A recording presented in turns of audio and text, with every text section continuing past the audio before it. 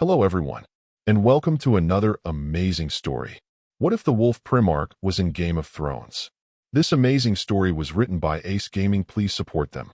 Don't forget to like, sub, and leave a comment. Now let's dive in. Their return to Winterfell was nothing short of grand. As the party approached the castle gates, the sight before them was overwhelming. The entire courtyard was packed with small folk and northern lords alike, all gathered to greet the heroes of the Ironborn Rebellion. The air was thick with the smell of cooking fires, and the sounds of laughter and cheers echoed against the ancient stone walls of Winterfell. It was a homecoming that spoke to the deep love and loyalty the North had for its leaders. At the head of the column, Eddard Stark and his son Leman rode side by side. The pride and joy they shared almost tangible. Ned's stoic face broke into a rare, warm smile, while Leman, though trying to maintain a serious demeanor, couldn't help but beam as they passed through the cheering throngs. He sat tall on his horse, wearing his new armor, sword slung on his back now polished and gleaming, though bearing the marks of a hard-fought battle. His young face, though still boyish, had a wolfish grin. Catelyn Stark stood waiting at the front of the Stark family, her eyes glistening with unshed tears.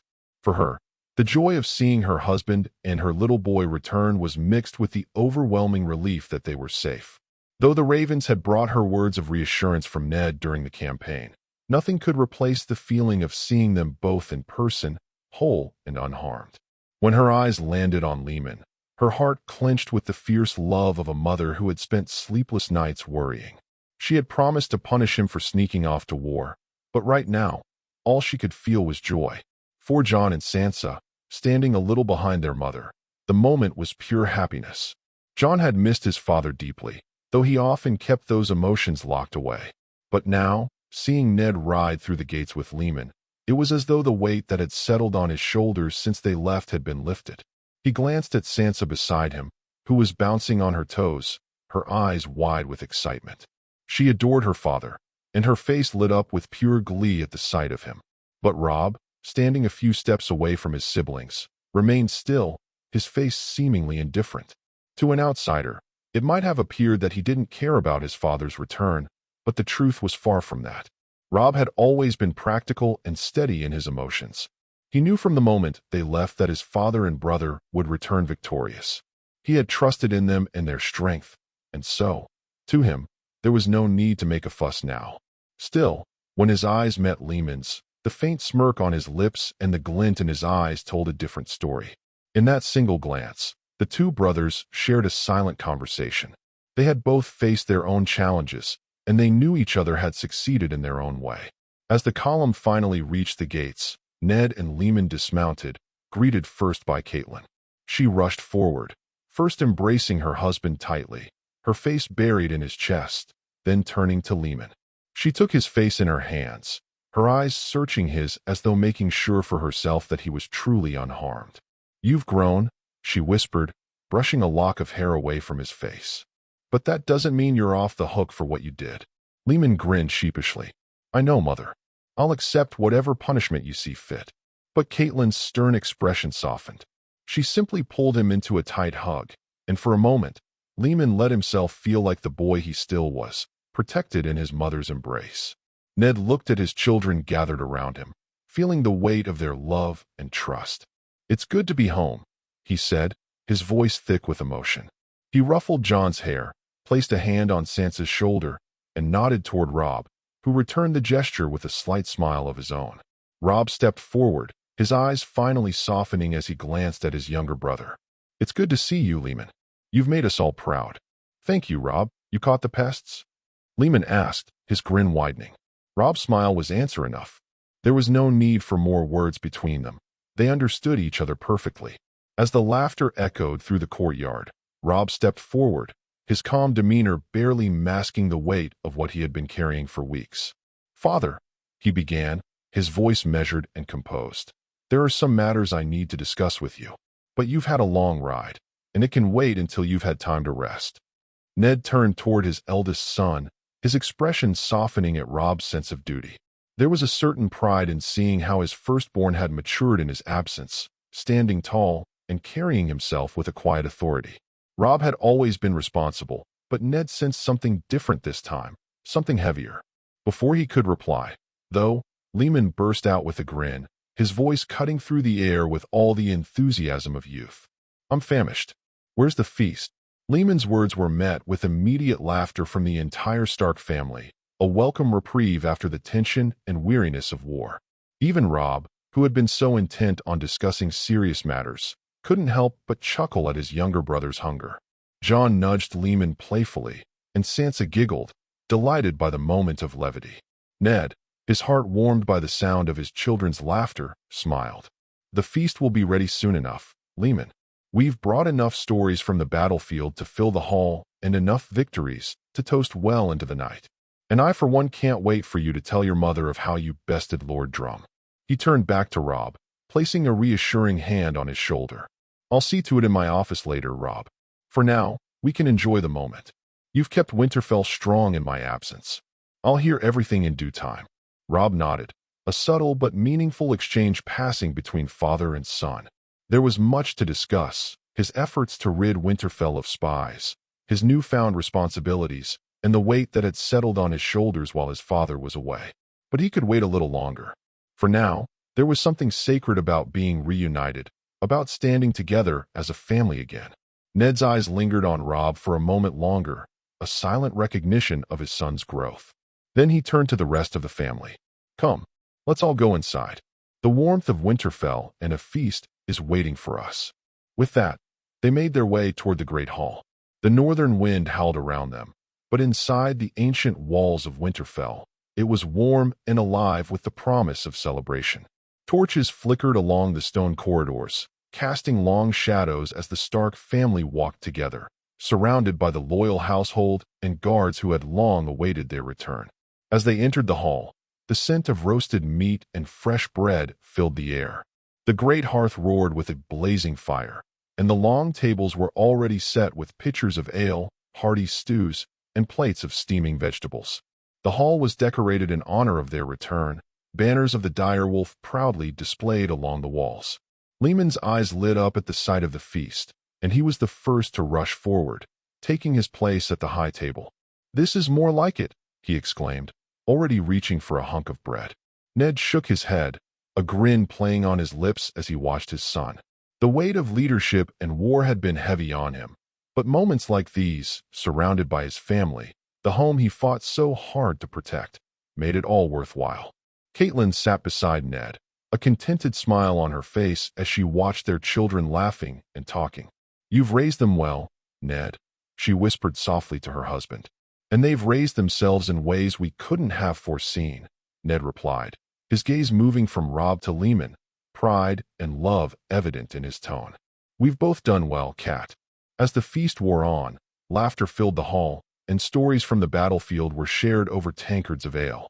Lehman's eyes sparkled as he recounted the battles he had witnessed, though carefully leaving out the details of his own fight with Lord Drum. He could tell his father still harbored mixed feelings about Lehman joining the battle, and tonight was not the night to stir those emotions. Ned, for his part, kept his promise to Robb in his mind. Later, they would talk in his office, away from the noise and festivities. There were pressing matters to attend to, but for now, they were home. And for the first time in what felt like years, Ned Stark allowed himself to relax, if only for a moment.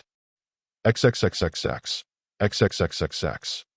Later that evening, in the dimly lit warmth of Ned Stark's office, the mood had shifted. Gone were the light-hearted laughs and the festive atmosphere of the feast.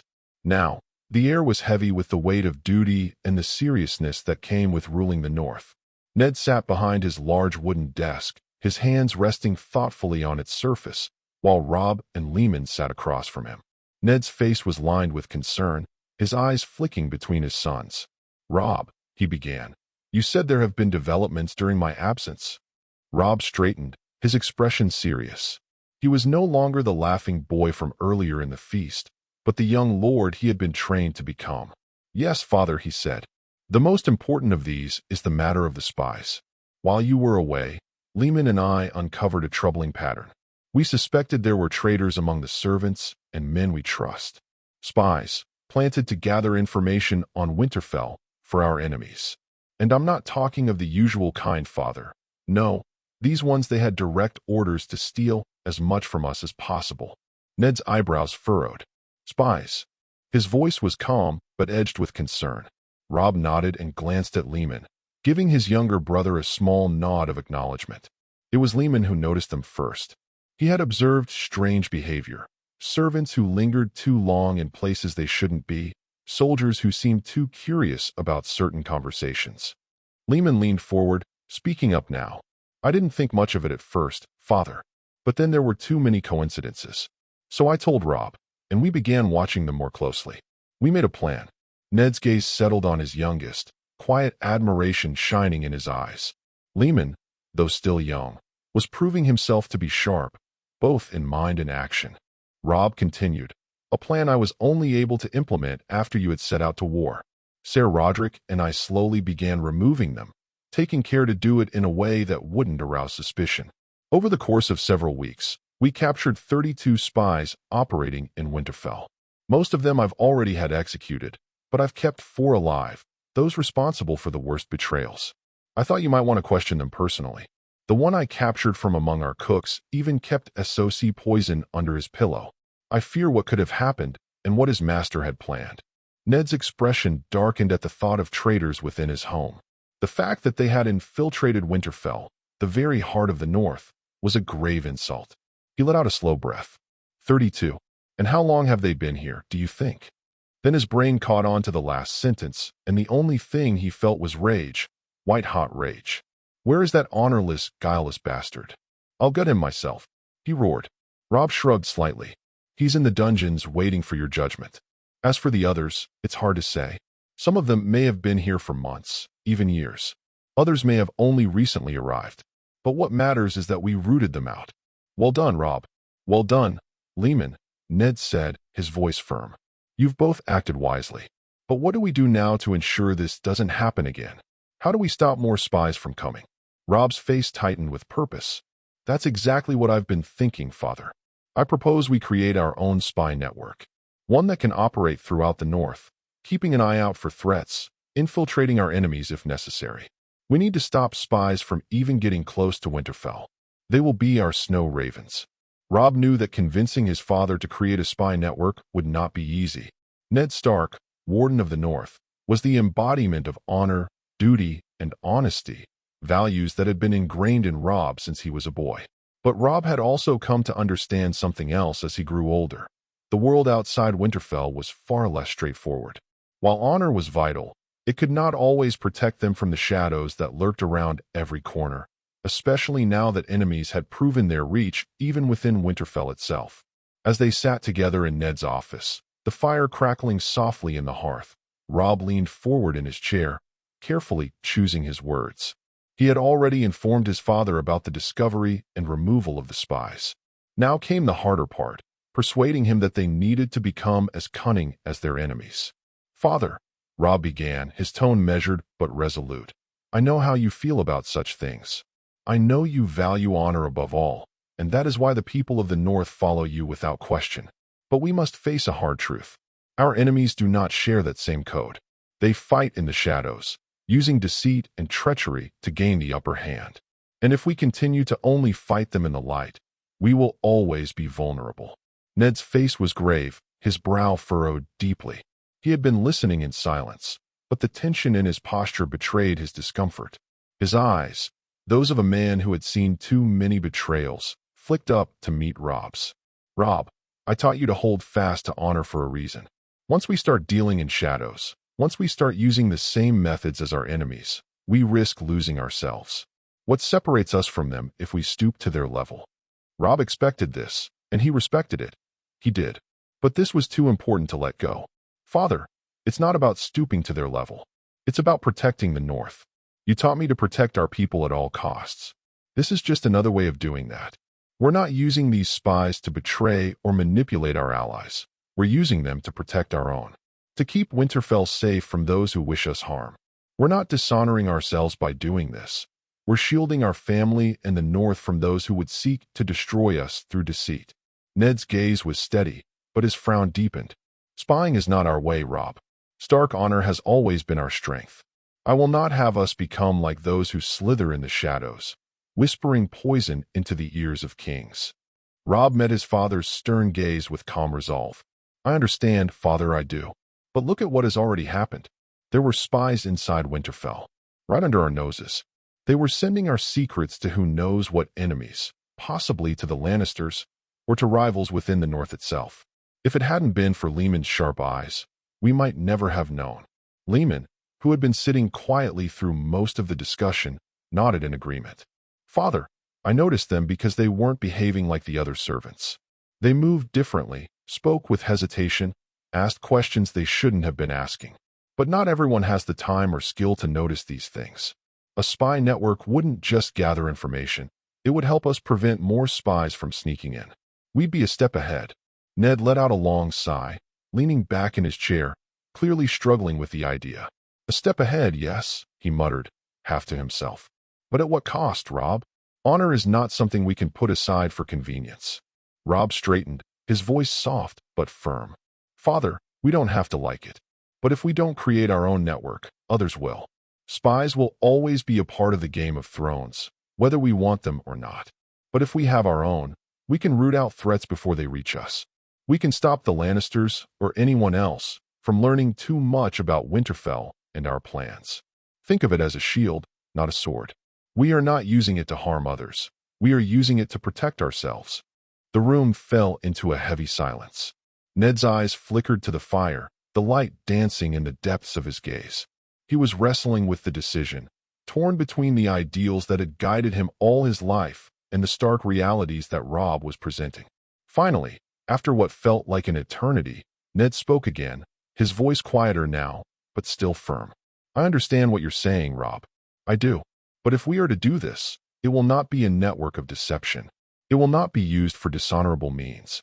If we are to have these snow ravens, as you call them, they will operate only to protect the North and our people. No more, no less. Do you understand me? Robb nodded, relieved that his father was coming around. Of course, father. Their only purpose will be to safeguard Winterfell and the North. They will not be used for underhanded schemes or manipulation. I promise you that. Ned's gaze was still hard, but he nodded slowly. Very well. If this is what must be done to keep the North safe, then so be it. But remember, Robb, once we start down this path, we must always keep our honor in sight. Without it, we are nothing. Robb smiled, a small, respectful smile. I swear it, father. Ned leaned back, his hand stroking his beard in contemplation. The idea was bold, but it had merit. The North was vast, and while its people were loyal, the realm had grown in importance. Spies would inevitably seek out information in Winterfell, and with the wars looming on the horizon, the Starks couldn't afford to be vulnerable. Robb's eyes brightened, though his face remained calm. Thank you, father. There's more. In addition to dealing with the spies, I've also taken steps to expand Winterfell's food supply. I've commissioned 2 new farms outside Winterfell, smaller, but they'll help support us in times of need. The North is growing, and we'll need more resources to support it. Ned nodded, impressed by Robb's initiative. The young man was already thinking ahead, planning for the long-term prosperity of the North. Good. You've done well, Robb. A moment of silence passed between them before Ned turned to Lehman. And you? Lehman, you said about a project you were working on when we were at the Iron Islands that you would only tell me when we reached home. Now that we're here, what is it? Lehman grinned, an infectious excitement lighting his eyes. Father, Robb, you'll be pleased to know we've managed to acquire some of the best shipbuilders from the Iron Islands. He chuckled, his eyes gleaming with mischief. They were eager to leave the islands after the rebellion collapsed, through coin and through fear of being hunted by their own people. Robb raised an eyebrow. The Ironborn boat builders? In the North. Lehman nodded. Aye. They've agreed to move north, and we'll have them building ships for us soon enough. The Ironborn build some of the finest ships in Westeros, and now those skills will be ours. With their knowledge, we can strengthen our fleet and secure the coasts. Ned sat back, a sense of satisfaction filling him.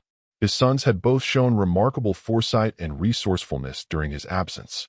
Robb, with his plans for security and expansion, and Lehman, with his bold acquisitions from the Iron Islands. Together, they were shaping the future of the North in ways that would make House Stark stronger than ever. Then it seems the North is in capable hands, Ned said, pride evident in his voice. Both of you have done your duty well. We have much work ahead of us, but I have no doubt we'll see it through." Lehman's grin widened, and Robb allowed himself a rare smile. The Stark family was united, and the North, under their watch, would only grow stronger. Lehman leaned forward slightly in his chair, his eyes steady on his father. He had been thinking about this ever since the day he claimed Lord Drum's sword in battle. The blood-red blade, named Red Rain, had been a symbol of iron-born tyranny for years, but now it belonged to him. Yet, it felt like a relic of another life, a life he had no desire to carry forward. It was a powerful sword, yes, but its past was stained with blood spilled for all the wrong reasons. He wanted to give it new purpose. "I have a request, Father," Lehman said, his voice quiet but firm. "If you will indulge me." Ned looked up from the parchment in front of him, studying his youngest son with his sharp, gray eyes. Lehman's requests were rare, and when he did ask for something, it was always well thought out. Ned knew this would not be a trivial matter. "Go on," Ned said, sitting back in his chair, his gaze now more curious than cautious. Lehman took a breath, choosing his words carefully. "The sword I took from Drum, Red Rain, it's a fine blade, but it carries a dark history. I don't want that sword to remain as it is, a symbol of the Ironborn's cruelty. Instead, I wish to have it reforged into something new, something with a purpose we can be proud of. I'd like it to be split into 2 swords, one for me and one for Robb." Robb, who had quieted down during the conversation, raised an eyebrow at his brother's words. He hadn't expected this, but as the idea sank in, he began to appreciate the thought behind it. A gift forged from a blade that once belonged to their enemy, reforged in their image. Ned, however, was silent. His face, etched with years of battle and leadership, was unreadable. He looked between Lehman and Robb, weighing the request. He knew well the significance of a sword, what it meant for a man to carry one, and even more, what it meant to wield one taken from a fallen enemy. But he also understood the deeper meaning behind Lehman's words. This wasn't just about a weapon. It was about transformation, about taking something born of violence and turning it into a symbol of unity and strength. Reforging a sword like Red Rain. Ned began, his voice thoughtful. "That is no small task. It would require the finest smiths, and even then, there are risks.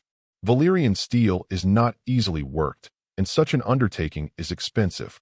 Lehman nodded. "I understand, Father, but I believe it would be worth it. I don't want to carry a sword that reminds me of the Ironborn's brutality. I want to carry a sword that represents the North. And by splitting it into 2, Robb and I can carry that legacy together, as brothers. And I'm sure that Mikken can work Valyrian steel just fine." Robb, always quick with his words when needed, added in, "Father, Lehman has a point. The sword, as it is now, belongs to a different world, a different man. But if we reforge it, it becomes something new, something we can carry forward with pride. And 2 swords would serve us well in the times to come. The North is growing stronger, but we need symbols of that strength. 2 Stark swords, forged from an enemy's blade, that would send a message." Ned tapped his fingers against the wooden armrest of his chair, deep in thought. He understood what his sons were asking for. It wasn't just about swords, it was about legacy, about what they would leave behind for future generations. The idea had merit, but it also felt foreign. He had never been one for grand gestures or displays of power. Yet, as he looked at his sons, he saw something in them, an ambition, a fire that reminded him of the days when he had ridden south with Robert Baratheon, determined to fight for what he believed in. Finally, he nodded. "If this is what you both want, then I will not stand in your way. But understand this, swords do not make men. The weight of them may be heavy in your hand, but it is the decisions you make with them that matter. If you are to carry these swords, you must remember what they stand for, what they will mean to the people of the North. They are not toys for boys, but tools of justice." Lehman and Robb both nodded, understanding the gravity of their father's words. This was more than just a request for weapons. It was a responsibility. "I will arrange for the smiths to reforge Red Rain," Ned said, his voice steady but carrying the weight of his agreement. "But know this, these swords will carry the weight of the North's future. See to it that they are used wisely." Lehman smiled, a rare show of emotion, and glanced at Robb. "Thank you, Father. We won't forget what they mean." Robb grinned, clapping his brother on the shoulder. Well then, looks like we'll be carrying pieces of history into battle together. Better start practicing, little brother. I should be the one telling you that, brother. I'm the one who won the sword after all, Lehman retorted. XXXXX. XXXXX. Nearly a week had passed since the conversation in Ned Stark's office, and the day had finally come. The swords, forged from the once infamous Red Rain, lay on a thick wolf pelt atop a wooden table outside the forge. The sun hung low in the sky, casting long shadows across Winterfell's courtyard, adding an air of ancient solemnity to the moment. The entire Stark family had gathered, the cold northern wind biting at their faces, as they prepared to witness something that felt more like an age-old ritual than a mere presentation of weapons. Mikken, the blacksmith of Winterfell, stood by the table where the newly forged swords lay, his face still smeared with soot, but his eyes gleamed with an unmistakable pride. The task had been grueling. Red Rain, a legendary Valyrian steel blade that had seen centuries of battle, had resisted reshaping like an ancient warrior unwilling to surrender its form. Yet, despite its stubbornness, the ancient steel had been tamed and forged anew. What made this forging different from any Mikken had ever performed wasn't just the steel or the centuries of history embedded within it. It was Lehman. Lehman had been there from the beginning. His curiosity first piqued by the process, but soon it became clear it was more than just interest. He had a strange, innate understanding of the forge, as if the dance of fire, steel, and hammer spoke to something deeper within him. It was as if Lehman knew exactly what was needed to forge the perfect blade. More than once, Mikken had caught himself watching the boy with amazement as Lehman worked the bellows or made subtle suggestions. The young Stark had offered insights that even the seasoned blacksmith hadn't considered, tweaks in balance, curvature of the blade, and even changes in the very composition of the steel. But it was more than just advice. Lehman didn't just observe the process, he participated. Together with Mikken, they had done something extraordinary. It was Lehman who had proposed a daring new method, inspired by observations he had made in his studies of steel and ironwork. Crucible forging. Crucible forging was unlike anything Westeros had seen. The traditional methods of forging involved folding steel and hammering it out to create strength through repetition. But crucible forging was different. Lehman suggested that they melt the steel down entirely within a sealed container, a crucible, heating it to such a degree that the metal would combine uniformly, purifying the steel and allowing the alloys to blend perfectly. The impurities would rise to the surface, leaving behind a denser, stronger, and sharper material. This was not only a revolutionary concept in the north, but across all of Westeros. Lehman had theorized that by incorporating Valyrian steel into the crucible process, they could create a new alloy, one that retained the magical properties and strength of Valyrian steel, but was enhanced by the purity of crucible forging. The process took time, and each step was delicate. As the steel melted in the intense heat, Lehman and Mikken worked tirelessly, ensuring the exact temperatures were maintained and that no impurity marred the final product.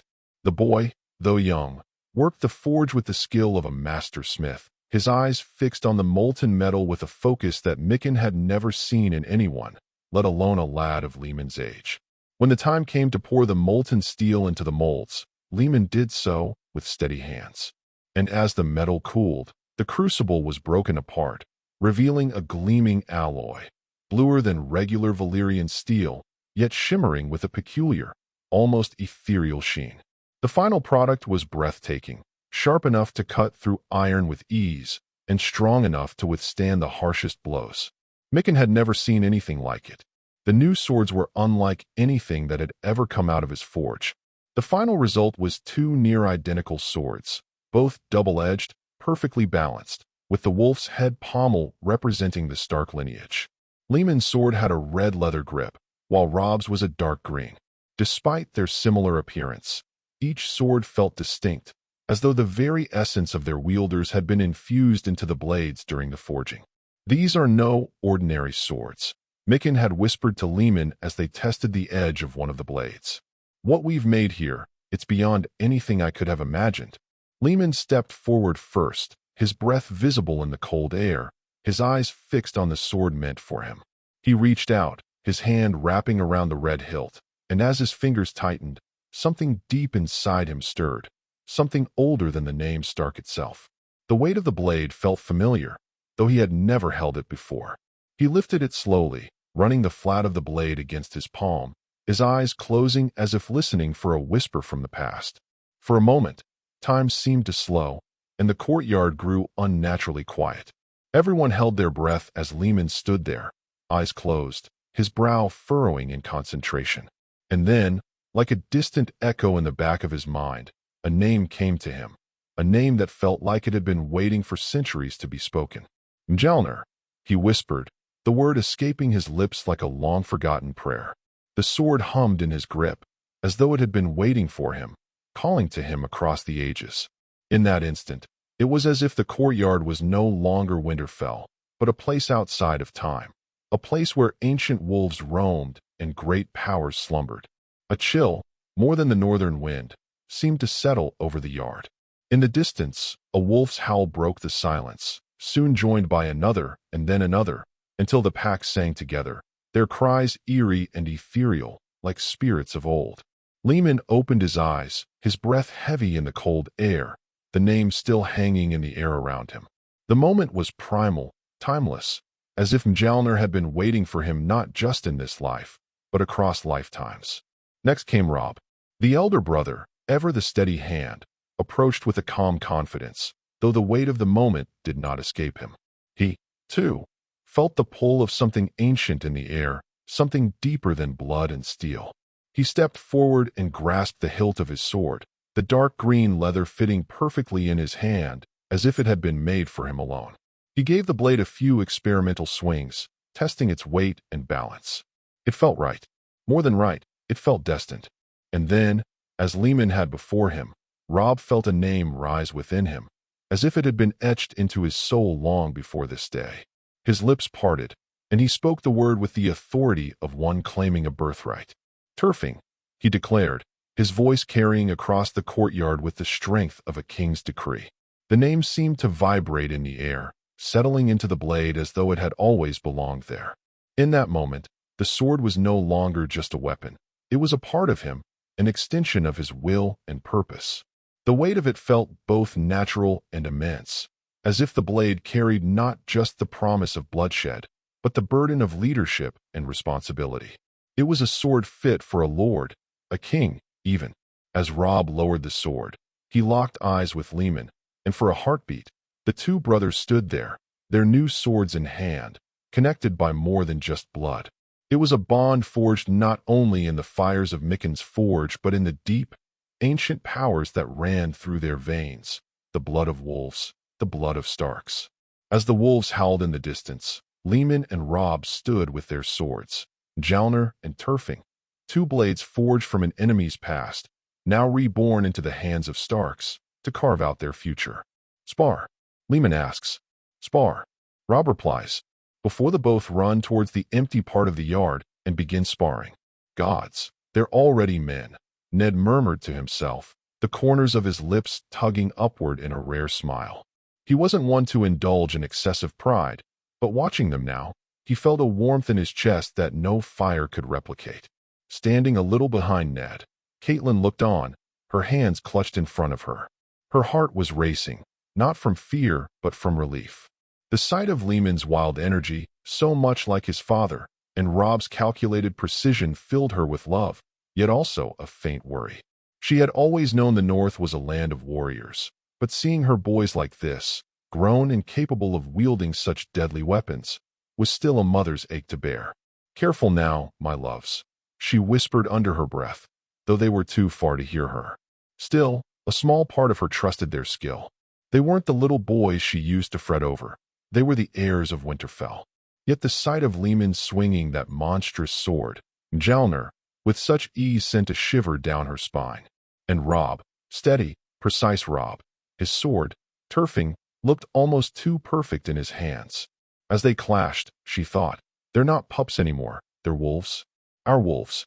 Jon stood off to the side, his gray eyes fixed on the sparring brothers. He was quiet, as usual, though there was a certain tension in his stance, a longing mixed with admiration. Jon had always looked up to Robb and Lehman, but this was different. The sight of them wielding the swords, so powerful and natural, made something inside him tighten. He envied them in a way. They were sons of Eddard Stark, true-born and destined for greatness, while he wasn't sure where he belonged in that picture. But deep down, he was proud of them, both of them. They're going to be legends one day, Jon muttered under his breath, his fingers itching at the pommel of his own sword, wishing for the chance to stand alongside them, to be seen as their equal. Next to Jon, Theon Greyjoy shifted on his feet, his lips curving into a smirk as he watched the Stark boys clash in the yard. The way Leomund's blade moved, wild and unpredictable, clashing against Robb's cool precision, reminded him of the fights back in Pike, except better. There was more honor, more heart in these brothers. And while Theon wouldn't admit it aloud, he was impressed. Not bad, he murmured with a tilt of his head, though his smirk remained. Not bad at all. Looks like I'll have my work cut out for me if I ever want to best either of them. He leaned toward Jon slightly, nudging him with his elbow. Think I'll get a sword like that someday. Jon glanced at him, smiling faintly. Keep dreaming, Theon. Sansa, standing beside Catelyn, was perhaps the most surprised. Her delicate features were wide-eyed, her lips slightly parted as she watched her brothers spar. She had never understood the appeal of fighting. It was messy, brutal, and entirely unbecoming of a lady. Yet as she saw Leomund and Robb sparring, there was something different about it. It wasn't just violence. It was grace, a dance of power and strength that even she, in all her dreams of songs and knights, could appreciate. They looked like knights from the stories, Sansa whispered to her mother, her voice filled with awe, like the ones in the songs. Catelyn smiled softly, squeezing Sansa's hand. Yes, they do. Robb, quick as a dire wolf on the hunt, ducked beneath one of Leomund's wide swings, sidestepping before striking back with a sharp parry. Their swords locked again, and this time, the force of the impact rang across the yard. Leomund let out a wild laugh, his eyes flashing with delight. You're getting slow, brother. Leomund teased, pulling back before lunging in again. Robb grinned, deflecting the blow. Maybe you're just getting predictable. XXXXX. XXXXX. Leomund's discovery had quickly spread throughout Winterfell, though only among those trusted to keep the secret. Maester Luwin, in particular, could hardly contain his excitement. For days now, he had followed Lord Eddard Stark through the halls, the courtyard, even interrupting meals, speaking ceaselessly about the genius of Leomund and the possibilities of his new method of steelmaking. Ned, always practical, had listened with patience but growing concern. As much as he shared Luwin's amazement, he understood the weight of such a discovery and the consequences if it fell into the wrong hands. The boy is truly brilliant, my lord, Luwin had said for what seemed like the 100th time. Do you realize what this means? Crucible steel, stronger, sharper, and cheaper to make than anything we've ever had. The potential is endless. And the volcano furnace. Luwin's face had lit up like a man decades younger as he spoke of the new furnace Leomund, Robb, and he had designed. Based on principles of controlled airflow and intense heat, it was a technological leap, capable of reaching temperatures far beyond anything the North had ever seen.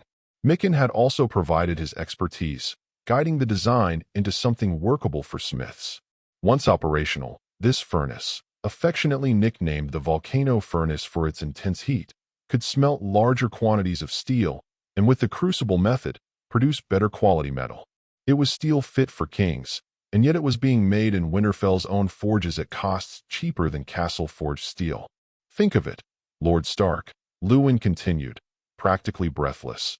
The North could rival even the best weaponsmiths of the Reach or the Westerlands. It could revolutionize the entire North, improve the economy, arm our soldiers with the finest steel. But it must be kept secret. If the other kingdoms knew. Enough. Ned had cut in, his voice steady but firm. He had long since realized what this meant. I know the risks, Maester Luwin. This knowledge cannot leave Winterfell. Ned had quickly sworn everyone involved to secrecy, his face grim as he made the command. The idea of such power falling into the wrong hands, especially those of the South, where gold and greed dictated too much, was intolerable. The North was already strong, but with this new method of steelmaking, they could grow stronger, potentially achieve the kind of economic and military parity they had always lacked. but it was a delicate balance. If the other kingdoms got wind of it, they would come for the north, with gold or steel in hand, and the Stark name would become another piece in their game. The memory of that conversation still weighed on him as he walked the forge grounds later that week, where the volcano furnace was now in full operation. Mikken and his assistants moved about with practiced efficiency, pouring molten steel into carefully crafted molds. The work was precise, methodical. Lehman was standing near the furnace, talking with Robb, both of them overseeing the process. They wore the same look of quiet confidence that reminded Ned of their mother, stubborn, clever, and filled with purpose. "I don't know how you three managed to come up with such fantastic inventions, but you've done all of us proud," Ned had said to him earlier that week, his tone both serious and proud. "And this will serve the North well." Lehman had only smiled, a quiet, almost knowing smile, before returning to the forge. That was the way of the boy, wild in spirit, but sharper than anyone knew. Watching Lehman at the forge now, working alongside Mikken and Robb, was like witnessing a new age of the North being born. Robb, who had spent weeks aiding in the construction and design of the furnace, was just as invested. The bond between the brothers had grown, and Robb's strategic mind had already seen the potential in this discovery beyond its technical prowess. The new steel could arm the northern armies with a strength never before seen in the Seven Kingdoms. Their bannermen could be equipped with the finest swords, armor, and weapons, and their economic power would grow as they began producing tools and trade goods of superior quality. But Robb also understood the danger. "Father," he had said one evening after discussing the future of the steel with Ned, "the South would not hesitate to try to take this from us if they found out. They'll want the power it brings. We must be cautious." Ned had nodded, his jaw set. "We'll protect this knowledge with our lives if we must. Winterfell will not bend to the greed of the South." The ramifications of the discovery had already begun to ripple through Winterfell's walls. Maester Luwin had drawn up plans to keep the knowledge contained to trusted smiths and key figures in the North. Only those absolutely loyal to House Stark could be let in on the secret. Even bannermen would be told only what they needed to know. "Secrecy will be our first line of defense," Robb had said with confidence. "The moment anyone learns we're making better steel, they'll be at our gates, with smiles or swords in hand." Ned had agreed, though the weight of the decision sat heavy on his shoulders. For all its potential to strengthen the North, Lehman's discovery also made them a target. As the weeks passed, and the volcano furnace continued to produce batch after batch of fine steel, Ned could see the future unfolding before him. The North was on the brink of something great, something that could shift the balance of power in their favor for the first time in generations. XXXXX. XXXXX. 5 years later, 294 AC, Winterfell. Standing atop the castle walls, Eddard Stark looked down onto the training fields, his gray eyes narrowing as he observed the scene below. It was a clear morning, the kind of crisp northern air that made one's breath mist. On the field, 100 men stood in precise formations, their movements fluid yet controlled, their eyes fierce, each one wearing a wolfskin pelt over dark gray armor. They were Lehman's personal warriors, the Volca Fenrica, the Wolves of Fenris. At just 13 name days old, Lehman had shaped this company of men into something beyond what even Eddard had envisioned. When his son had requested his own personal soldiers on his 12th name day, Eddard had granted the request without hesitation. It was normal for him to wish to have men under his command. Robb had his ravens, so why not give Lehman his wolves? Lehman had handpicked each of the Volca Fenrica himself. At first, his choices seemed random: soldiers, huntsmen, and even small folk, drawn from all corners of the North. Some had scoffed, questioning the logic of recruiting a farmer's son to stand beside seasoned warriors. But Lehman had seen something in each of them that no one else could, a potential that only now had come into full bloom. These 100 men had become apex predators, their every movement exuding discipline and lethality. The soldiers were arranged in columns of 10, known as wolf packs, with a pack leader at the forefront of each. At the head of 5 wolf packs, forming a claw of 50, stood a lieutenant, and in front of them all, leading the Volca Fenrica as a whole, stood their captain, Bjorn. Bjorn was the son of a leatherworker from White Harbor, a boy who had once been dismissed by almost everyone in Winterfell as unremarkable. No one had believed him worthy of leading the most elite force in the north. No one except Leman and Robb. And they had been right. Bjorn had proven himself time and time again, rising above his comrades with sheer willpower, intelligence, and a fierce loyalty to Leman that bordered on fanaticism. His skill in battle was unmatched, his mind sharp with strategy, and his body rippled with strength. He had earned the nickname the Bear among Wolves, and none dared challenge his authority. Even the most hardened veterans of the North now spoke his name with respect. Ned watched as the men moved through their drills, the clash of swords ringing out in the air, followed by the synchronized thud of shields raised in unison. Their discipline was astounding.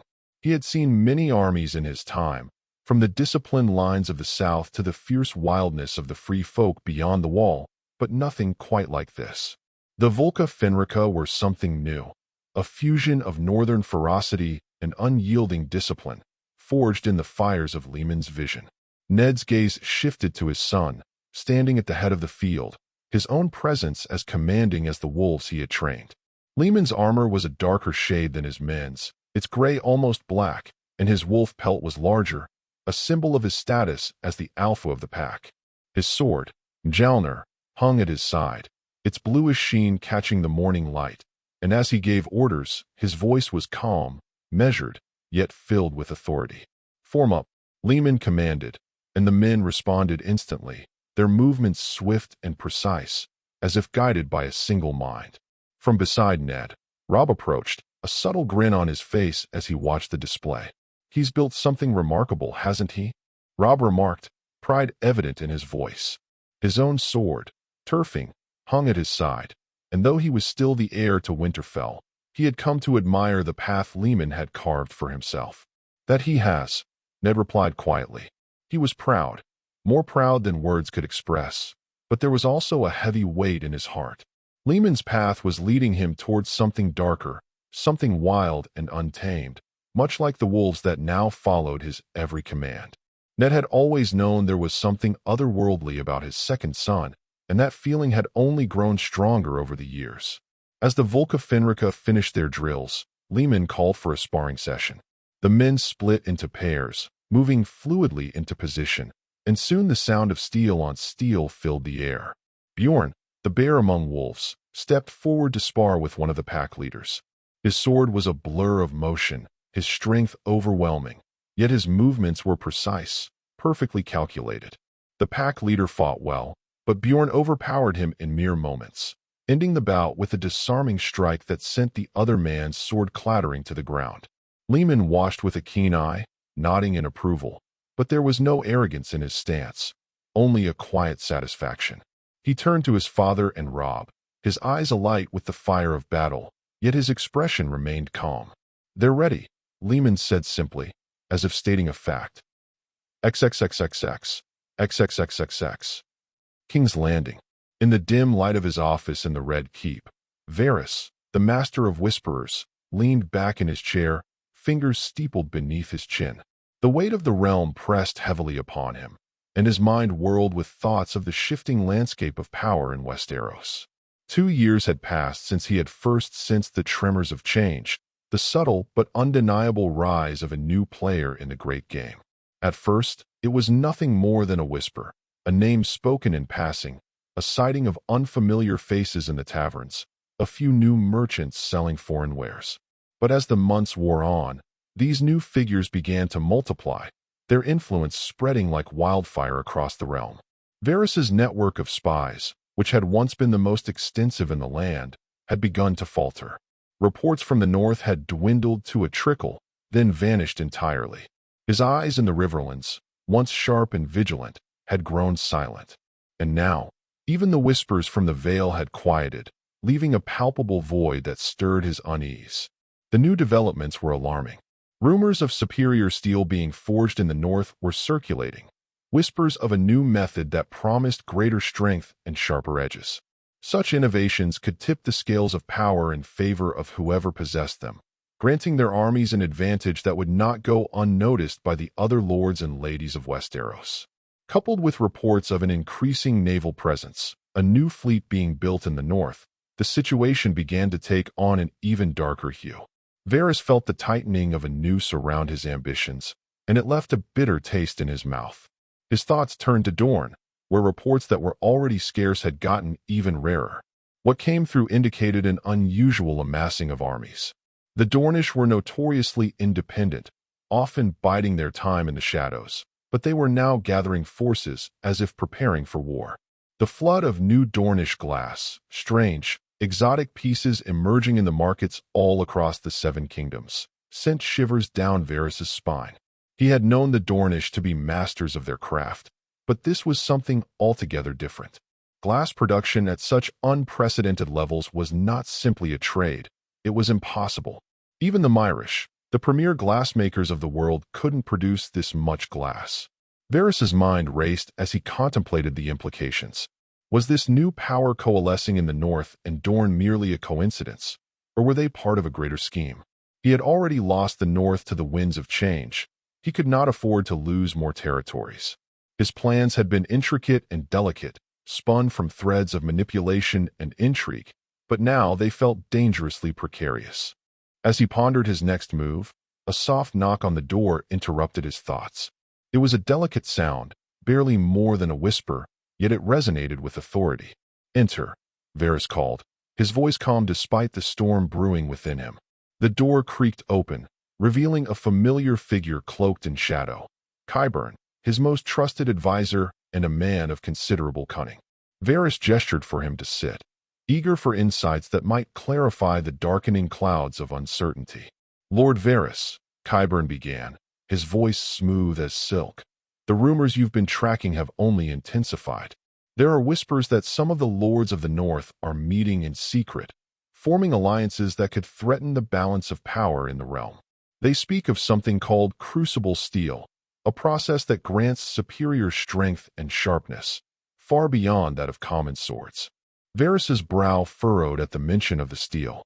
"What of the source? Who is behind it?"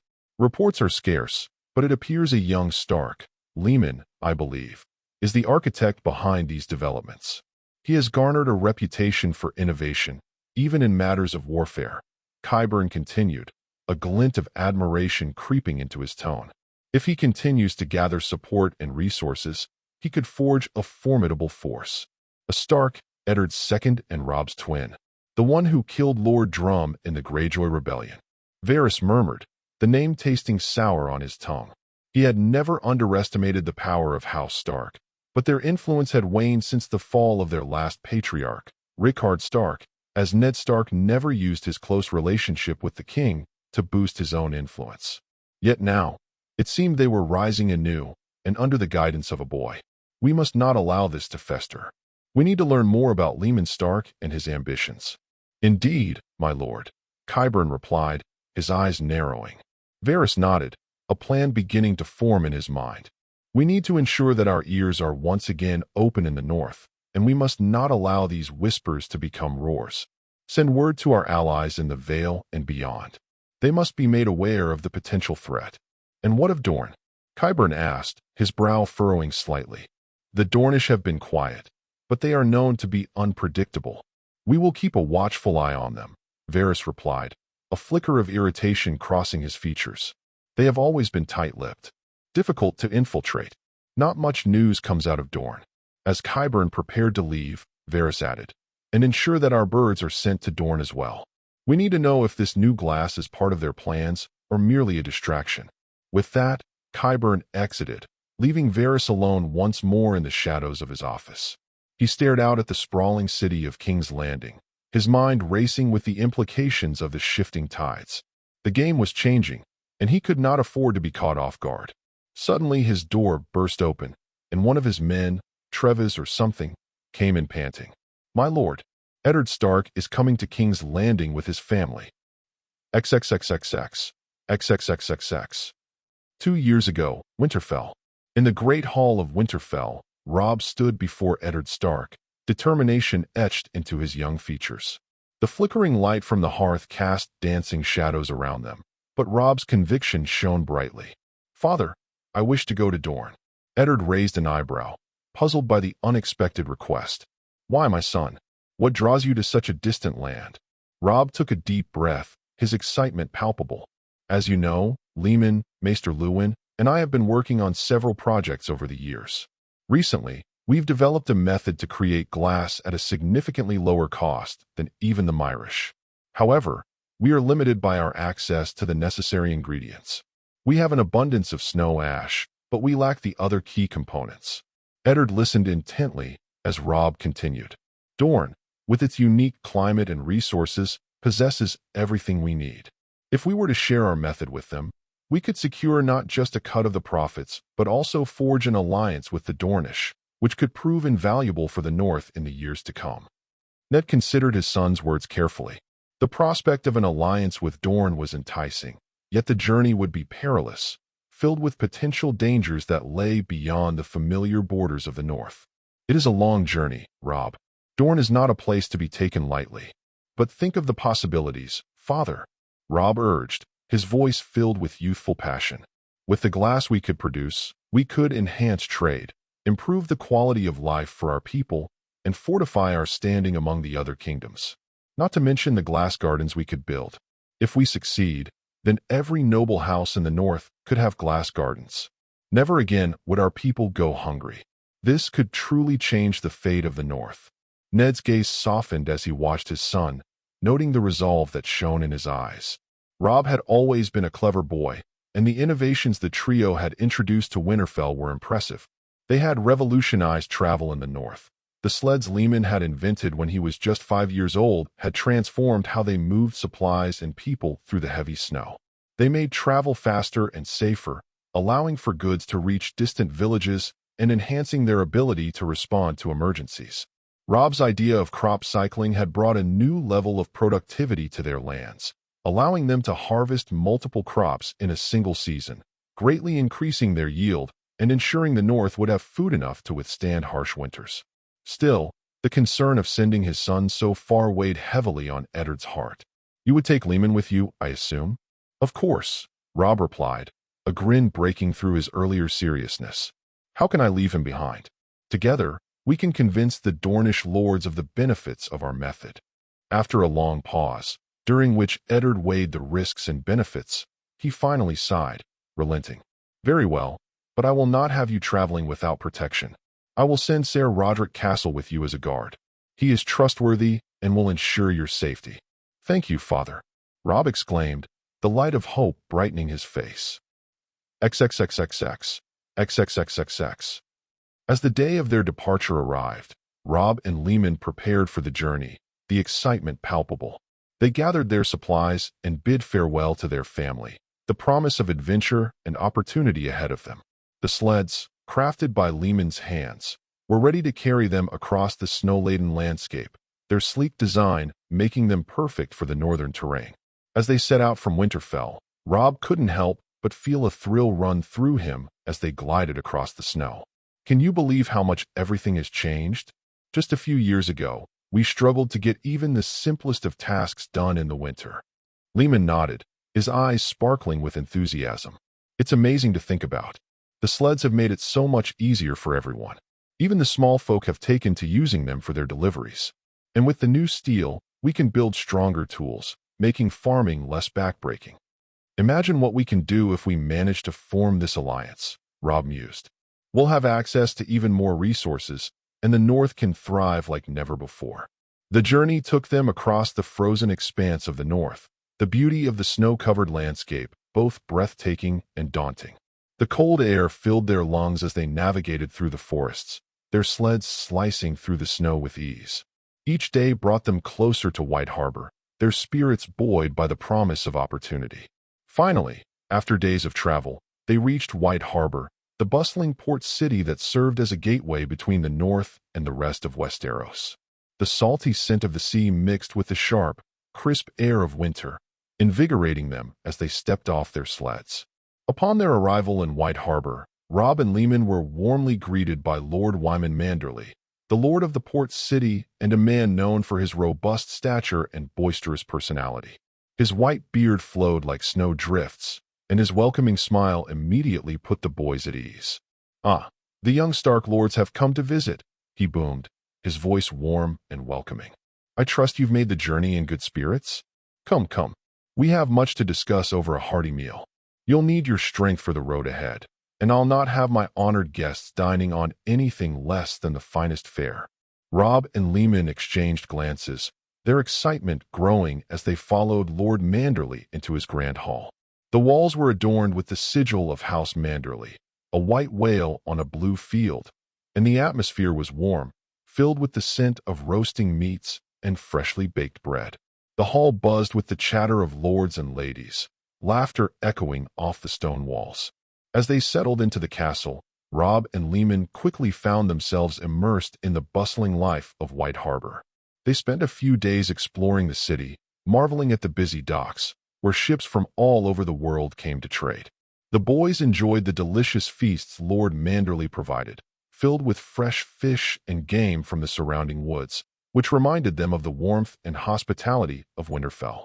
Lord Manderley was particularly impressed with the advancements Lehman had made in shipbuilding, a topic he was passionate about. "I've heard whispers of your new ship design," he said one evening as they enjoyed a hearty meal. "I must say it's ingenious. It must be one of the fastest ships in the world." "Yes, my lord," Lehman replied, a spark of pride lighting his eyes. "Robb and I, along with Maester Lewin and our new shipbuilders, have crafted a vessel that marries speed with strength. It should serve us well on our journey to Dorne." After a few days filled with hospitality and camaraderie, the time came for the boys to depart. Lord Manderley arranged for them to set sail in one of the new spear ships, an innovative design with a long and narrow hull with a sharp bow and many large sails optimized for speed. The ship was sturdy, with a sleek hull crafted to cut through the waves, and its sails were designed to catch the wind efficiently, allowing for quicker travel across the waters. As they approached the dock, the boys couldn't help but admire their ship. The crew was already busy preparing for the journey, tightening ropes and checking provisions. The ship's name, the Winter's Spear, was emblazoned on the side in bold letters, a testament to the Stark legacy that would carry them to Dorne. "Ready for an adventure?" Robb asked, glancing at Lehman, who nodded eagerly. "More than ready," Lehman replied, his heart racing with excitement. "Let's see what the waters have in store for us." With final farewells to Lord Manderley, the boys climbed aboard, their hearts full of hope and ambition. As the ship pulled away from the dock, the winds filled the sails, propelling them toward their destination. The sound of the waves crashing against the hull and the salty sea breeze invigorated them, making them feel alive with purpose. Throughout the journey, the boys worked closely with the crew, ensuring that everything ran smoothly. They spent hours discussing navigation and ship maintenance, learning from the seasoned sailors about the intricacies of seamanship. Lehman's mind raced with ideas about improving the ship further, and he took meticulous notes on every detail. The journey took 41 days, instead of the more than 3 months that a galley takes. Even after being slowed by storms in the narrow sea, the Spear was faster than any other ship known in the Seven Kingdoms. Soon Sunspear was visible on the horizon. As they approached the coast of Dorne, the sun dipped low on the horizon, casting a golden hue over the landscape. Lehman stood at the bow, gazing ahead with a mixture of anticipation and awe. "We're here, Robb," he said, excitement bubbling in his chest. Robb joined him, his eyes fixed on the distant shore, where the rugged cliffs met the sparkling sea. "This is just the beginning," he replied, a confident smile crossing his face. "We're going to make history." With the shores of Dorne and Sunspear coming into view, the brothers prepared for the next phase of their journey, one that would shape not only their futures but also the destiny of the North itself. 294 AC. King's Landing. Eddard Stark felt an unease he couldn't shake as the gates of King's Landing loomed ahead. The city rose like a beast of stone and shadow, its high walls and countless spires silhouetted against a hazy autumn sky. The smell of the city, a potent mix of sweat, horses, and the refuse of thousands, was unmistakable even at this distance. The uniquely terrible smell of King's Landing assaulted his nose like a battering ram. As they passed through the massive gates, flanked by gold-cloaked guards, Ned's grip on his reins tightened. He had not ridden these streets since Robert's rebellion, and the memories stirred within him like ghosts. He never thought he would have to step foot in this accursed city again. He turned his gaze to his son, Robb, who rode at his side. The young man sat tall in the saddle, his black feathered cloak sweeping down his back, his expression calm and unreadable. The boy had his mother's Tully coloring, but Ned could see the Stark in him, the sharpness of his features, the way his eyes scanned the streets as if searching for unseen threats. Robb had been the one to insist on this journey. "I wish to see one of the king's tourneys," he had said with the eager determination of youth.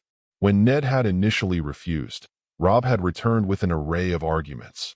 The political advantage of attending, the economic benefits of securing trade agreements, and the opportunity to strengthen ties with the crown. Though Ned was skeptical, Robb's persistence had worn him down. Even now, though, as they approached the Red Keep, Ned couldn't shake the feeling that there was more to his son's insistence than he had let on. Robb was clever, perhaps too clever for his age. There had been something in his tone, something beneath the practiced logic of his arguments, that made Ned suspect his son's true motives lay elsewhere. If only Ned could peer into Robb's mind, he would have seen how right he was and how wrong. Robb Stark rode beside his father with the ease of a young lord accustomed to command, but beneath his calm demeanor, his mind churned with thoughts of the tasks ahead. The decision to come to King's Landing had not been made lightly. Though he had framed the trip as an opportunity to witness the grand spectacle of a royal tourney and to secure the North's standing in court, his true purpose was far more serious and dangerous. There were two men in King's Landing who demanded his attention. The first was a figure whispered about in the North's darker corners, a shadowy presence known only as Littlefinger. Robb had learned of him through coded ravens from trusted informants, men his father did not know of, for Ned Stark valued honor above all, and Robb had long since realized that honor alone could not win the Game of Thrones. The messages spoke of a man of unparalleled cunning, a master manipulator who moved unseen through the courts of power, weaving webs of deceit that could ensnare even the mightiest lords. Littlefinger's influence, if the ravens were to be believed, extended far beyond what most suspected. His schemes were said to be as intricate as they were insidious, with tendrils that reached from the crown to the farthest corners of the realm. He was a threat unlike any Robb had encountered, a player in the game who thrived in chaos, for chaos was his ladder. Robb's goal was simple: to learn the identity of this elusive figure and to assess the true extent of his power. If Littlefinger proved to be as dangerous as the reports suggested, Robb would not hesitate to act. The North could not afford to leave such a threat unchecked. The second man was a more immediate concern: Petyr Baelish, the sly and ambitious master of coin. Unlike the shadowy Littlefinger, Baelish was a known figure at court, a man who wore his charm and cunning like armor. He was, on the surface, a loyal servant of the crown, but Robb's informants had uncovered troubling details about his private dealings. Baelish had been in frequent correspondence with Lady Lisa Arryn, Robb's aunt by marriage and the wife of Jon Arryn, the king's hand. The letters, smuggled out of the Eyrie by an informant within Lisa's household, were far more intimate than they had any right to be. They spoke of secret meetings, whispered promises, and a bond that went well beyond friendship. Ordinarily, such an affair might have been dismissed as a petty scandal, as infidelity was nothing new to the houses of Westeros. But the stakes here were far higher. Jon Arryn was one of the most powerful men in the realm, a pillar of the king's council, the hand of the king, and a steadfast ally of House Stark. If word of Lisa's infidelity were to spread, it could shatter the Arryn's influence and weaken the North's position at court. Worse, if Baelish's ambitions extended beyond Lisa's bedchamber, and Robb had no doubt they did, the entire realm could be at risk. Ned glanced at his son as they passed through the towering doors of the outer wall of the Red Keep. "Stay close," he said, his voice low but firm. "King's Landing is no place for wolves." Robb nodded, though inwardly he thought, wolves fare better than most against snakes and spiders. The Red Keep towered above, its crimson stones stark against the pale, cloud-streaked sky. Within its walls, the air buzzed with the clamor of King's Landing's elite, a swarm of courtiers dressed in silks and velvets, their voices a blend of laughter, whispers, and the occasional sharp bark of command. Every step closer to the throne room intensified the sense of spectacle, the courtiers craning their necks to catch a glimpse of the fabled Northman. When the great doors to the throne room swung open, the Starks were greeted by the vastness of the hall. Its vaulted ceilings and high, Narrow windows seemed to press down on the crowd below, while the Iron Throne itself loomed at the far end like a vengeful god. Its twisted, jagged mass of swords, forged by Aegon the Conqueror from the blades of his enemies, radiated an almost tangible malice. The throne was a warning as much as it was a seat of power, a reminder of the cost of ambition. Upon that throne sprawled Robert Baratheon, king of the Undulls, the Rhoynar, and the First Men. His once mighty frame, the product of countless battles and hunts, had grown softer with the passing years. Yet there was still a commanding presence to him, a spark of the warrior who had won a kingdom through sheer will and fury. His ruddy cheeks spoke of his love for drink, but his eyes gleamed with mischief as he surveyed the room. "Ned, my brother." Robert's voice boomed across the hall, silencing the murmurs of the courtiers. He rose with surprising agility for a man of his size, his tankard sloshing ale onto the floor. "Have you finally remembered me? Not a raven since the Greyjoy Rebellion. I thought you might have taken to brooding in that icy castle of yours for good." Eddard Stark dismounted from his horse just outside the hall and now strode across the floor, his cloak of gray wolf fur billowing behind him. He inclined his head in greeting, his face a mask of calm. "Your Grace," he said formally, "the North is ever at your service." "Bah, enough of that." Robert's laughter filled the hall as he closed the distance between them. He pulled Ned into a bear-like embrace that had the Northern Lord wincing slightly. "I'm still the same Robert who drank you under the table in the Eyrie. And look at this lad." Robert turned to Robb, his grin widening as he surveyed the young man. "Young Robb Stark," he said, his voice carrying a touch of nostalgia. "Come to see your old Uncle Robert, have you? Or is it the tourney that's caught your eye? A warrior's spirit, just like your brother." Robb stepped forward, bowing with practiced grace. His expression was polite but guarded, the careful demeanor of a young lord still finding his footing in the South. "It is an honor to stand before the king," he said, his tone measured. Robert laughed again, clapping Robb on the shoulder with a heavy hand. "Honor," he says. "You should be proud, Ned."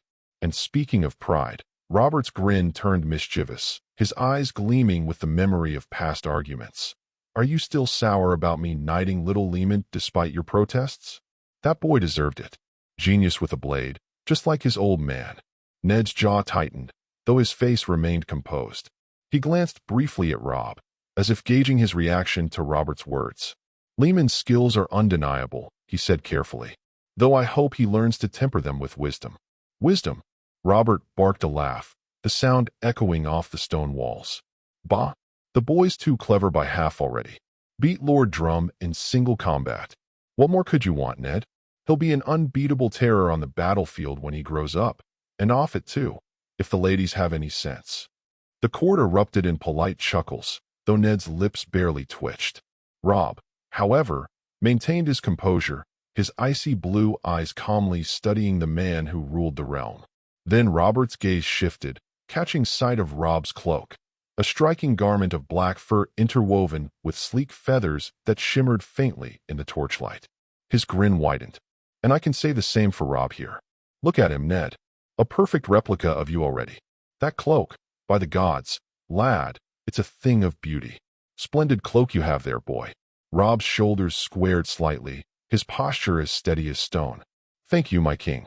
It's an ongoing project of mine," he said coolly, his voice carrying the faintest hint of pride.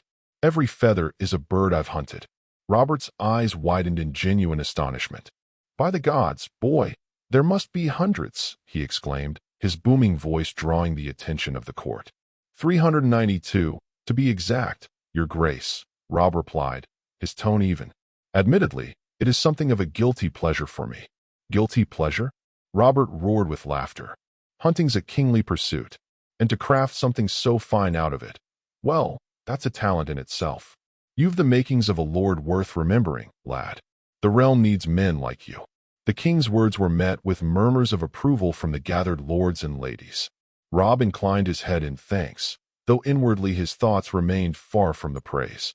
As the conversation moved on, Robb's sharp eyes wandered the hall, scanning the faces of the court.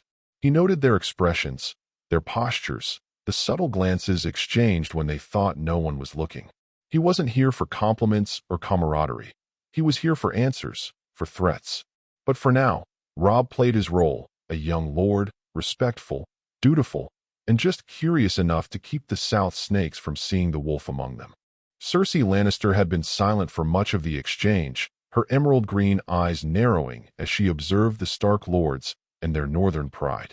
She sat beside the Iron Throne, her back straight, her posture the very image of regal composure. Yet beneath that gilded mask of grace and poise, resentment burned like a smoldering ember. She despised moments like these, when Robert's boisterous admiration for the Starks pushed her and her children into the shadows. She could endure many things, but not this, never this. Finally, she chose to speak, her voice smooth but laced with a faint edge. "That is an impressive number, child," she said, her words carrying just enough warmth to seem sincere. "An aptitude for marksmanship like that is quite rare." The words felt bitter on her tongue, but Cersei had mastered the art of veiling her disdain. She loathed praising northern barbarians, but as queen, she was bound by the need to maintain the illusion of propriety. It was a game she had played for years, and she would not falter now. Robb Stark turned his cool, calculating gaze toward her. His expression betrayed no arrogance, no smugness in the face of her forced compliment. "Thank you, Your Grace," he said, his voice steady and polite, though he offered nothing more. Robert, oblivious to the tension emanating from his queen, seized upon her words with gusto. 392? He exclaimed, leaning forward as if hearing the number for the first time. "That's a truly impressive tally, lad. But tell me, boy, do you just hunt birds, or do you take on bigger game as well?" Robb straightened slightly, his voice carrying the confidence of one well-versed in the hunt. "Birds, elk, deer," he said, ticking them off as if reciting a litany of conquests. "And sometimes the occasional bear. Leman and I hunt anything worth hunting." "Bears, too," Robert bellowed, slapping his knee as laughter boomed through the hall. "By the seven, Ned, the gods have indeed blessed you with two fine sons. I'm jealous. If only my son Joffrey were half the man your boys are, I could die a happy man." The words echoed through the chamber, loud and unrestrained, and they struck Cersei like a dagger to the heart. She felt her composure begin to fray, the thin threads of her patience unraveling as her husband's words laid bare his disappointment in their son.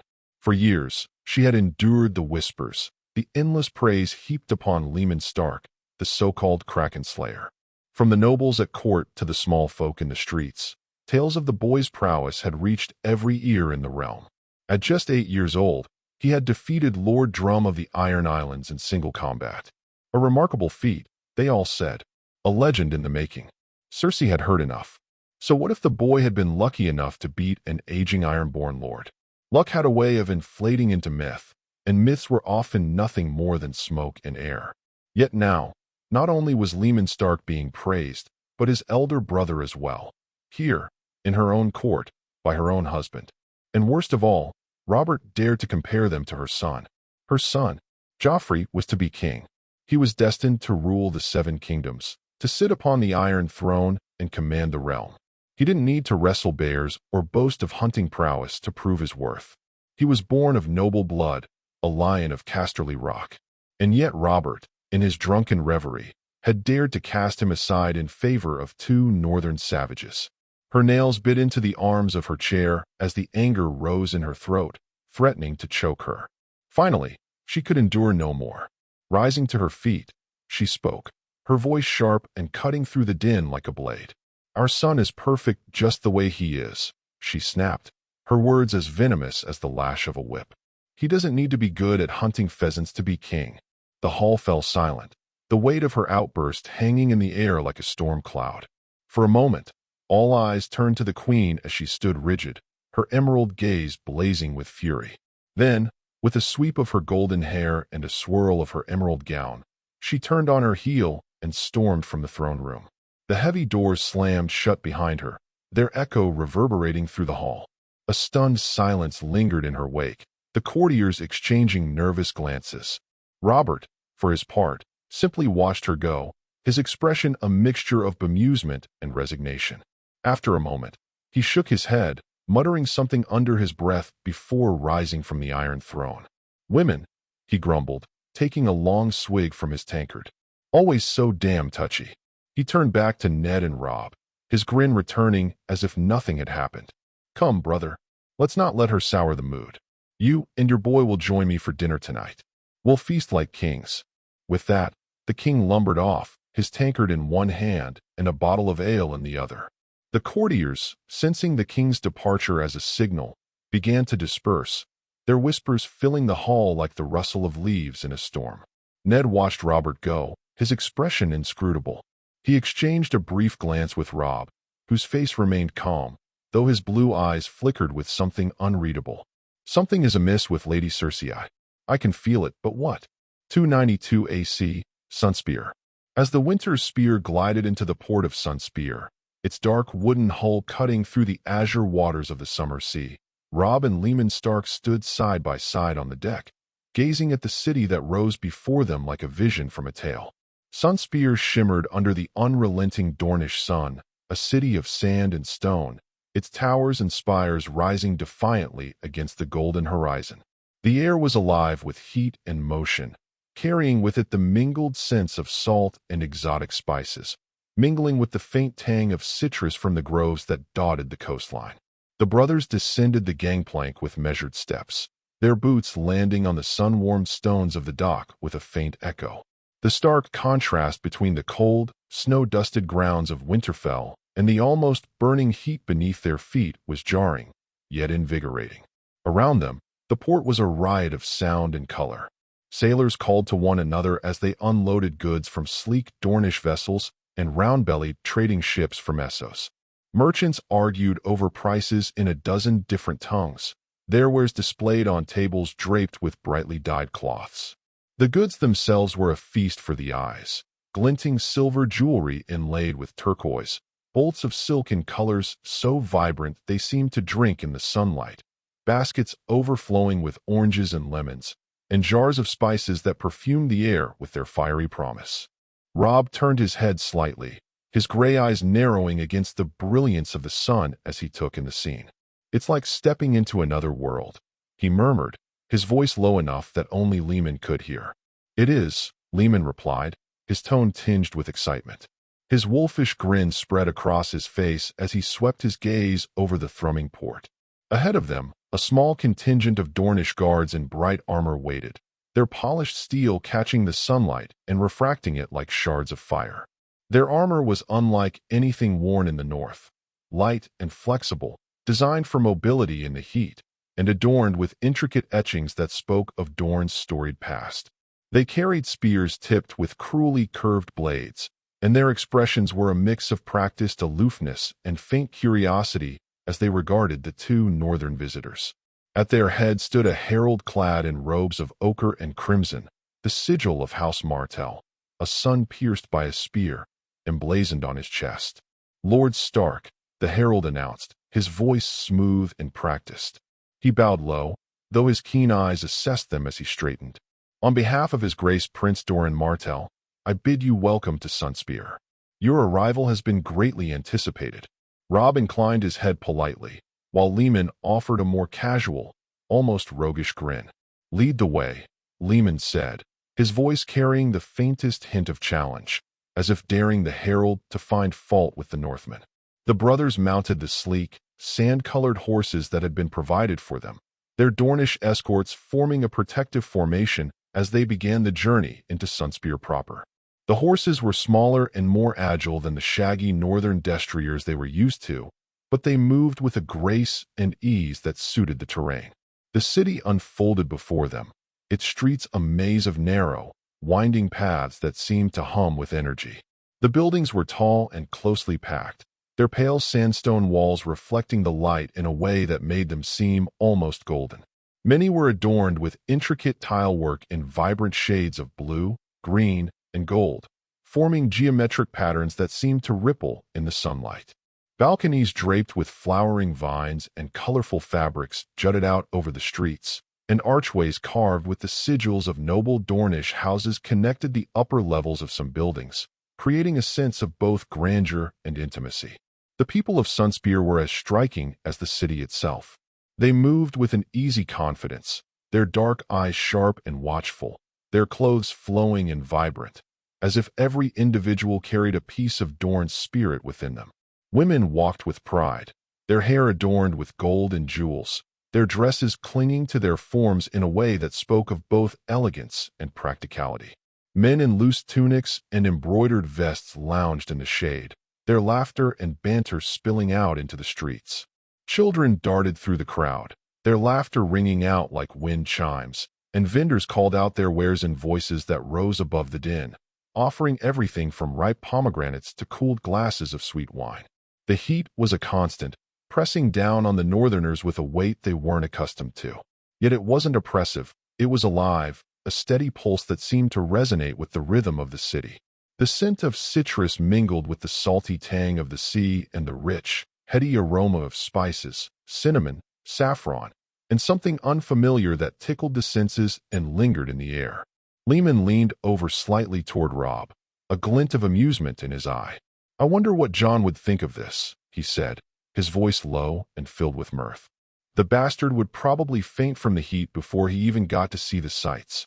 Robb chuckled softly, though his gaze remained fixed ahead. "He'd manage," he replied. "But I think he'd feel as out of place as we do right now."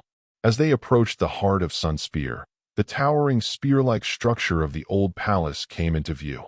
It was a marvel of Dornish architecture, its slender spires rising high above the city, catching the light like a beacon. Surrounding it was the Shadow City, a sprawling labyrinth of markets, homes, and workshops, its energy infectious. The streets narrowed as they passed through, the sounds of trade and life growing louder, the smells more intense. The market was their first true immersion into the beating heart of Dornish life, a sensory assault so rich and layered it left Robb and Lehman momentarily overwhelmed. Where the markets of Winterfell were functional and subdued, catering to the practical needs of the hardy northerners, Sunspear's was a sprawling, chaotic symphony of sound, color, and scent. It was a world alive with motion and purpose, every corner bursting with an intensity that mirrored the Dornish sun overhead. The first stalls they passed were overflowing with fruits so vibrant they seemed plucked from the stories old men used to tell them as children. Crimson pomegranates, their leathery skins split to reveal glistening seeds like clusters of rubies, were stacked beside golden oranges that glowed in the sunlight. Lemons and limes piled high in wooden crates released sharp, tangy bursts of scent into the warm, dry air as merchants and buyers jostled for the best produce. Baskets of figs, their skins a deep, bruised purple, sat beside plump dates so sticky with sugar they glistened like polished amber. Deeper into the market, they came upon a spice merchant's domain, a feast for the senses. Sacks of saffron, the threads delicate and red as blood, sat alongside mounds of powdered turmeric in brilliant orange, ground cumin in muted earth tones, and fiery dried chilies. The spices formed a vivid rainbow on the merchant's table, each hue more dazzling than the last. Lehman took a moment to run his fingers over a cluster of cinnamon sticks bound with twine, inhaling their warm, woody aroma. Around him, the air was thick with the mingled scents of black pepper, coriander, cloves, and anise, creating a heady, almost intoxicating perfume that lingered long after they moved on. "Gods, the smells," Lehman muttered, his sharp eyes darting to a stall where jars of ground spices were arranged in neat, colorful rows. "Do they season the air as well as the food?" Robb chuckled but said nothing, his attention caught by a nearby silk merchant displaying bolts of fabric so vivid they seemed to shimmer. Bright scarlet, deep indigo, and a yellow so rich it seemed to capture the very essence of the sun itself. Women in the market lingered here, running their hands over the delicate cloth with practiced ease, their dark eyes appraising the quality with a glance. The people of the market were as striking as its wares. The men wore loose, flowing tunics in bright colors, their necklines and cuffs embroidered with intricate designs. Many carried curved daggers tucked into wide sashes, the blades' hilts adorned with gemstones or intricate carvings. These daggers were not merely tools or weapons, they were badges of honor, each one a testament to the owner's heritage and pride. The women moved with a grace that seemed almost choreographed, their long skirts and veils flowing like water as they balanced baskets of fruit or clay jugs on their heads.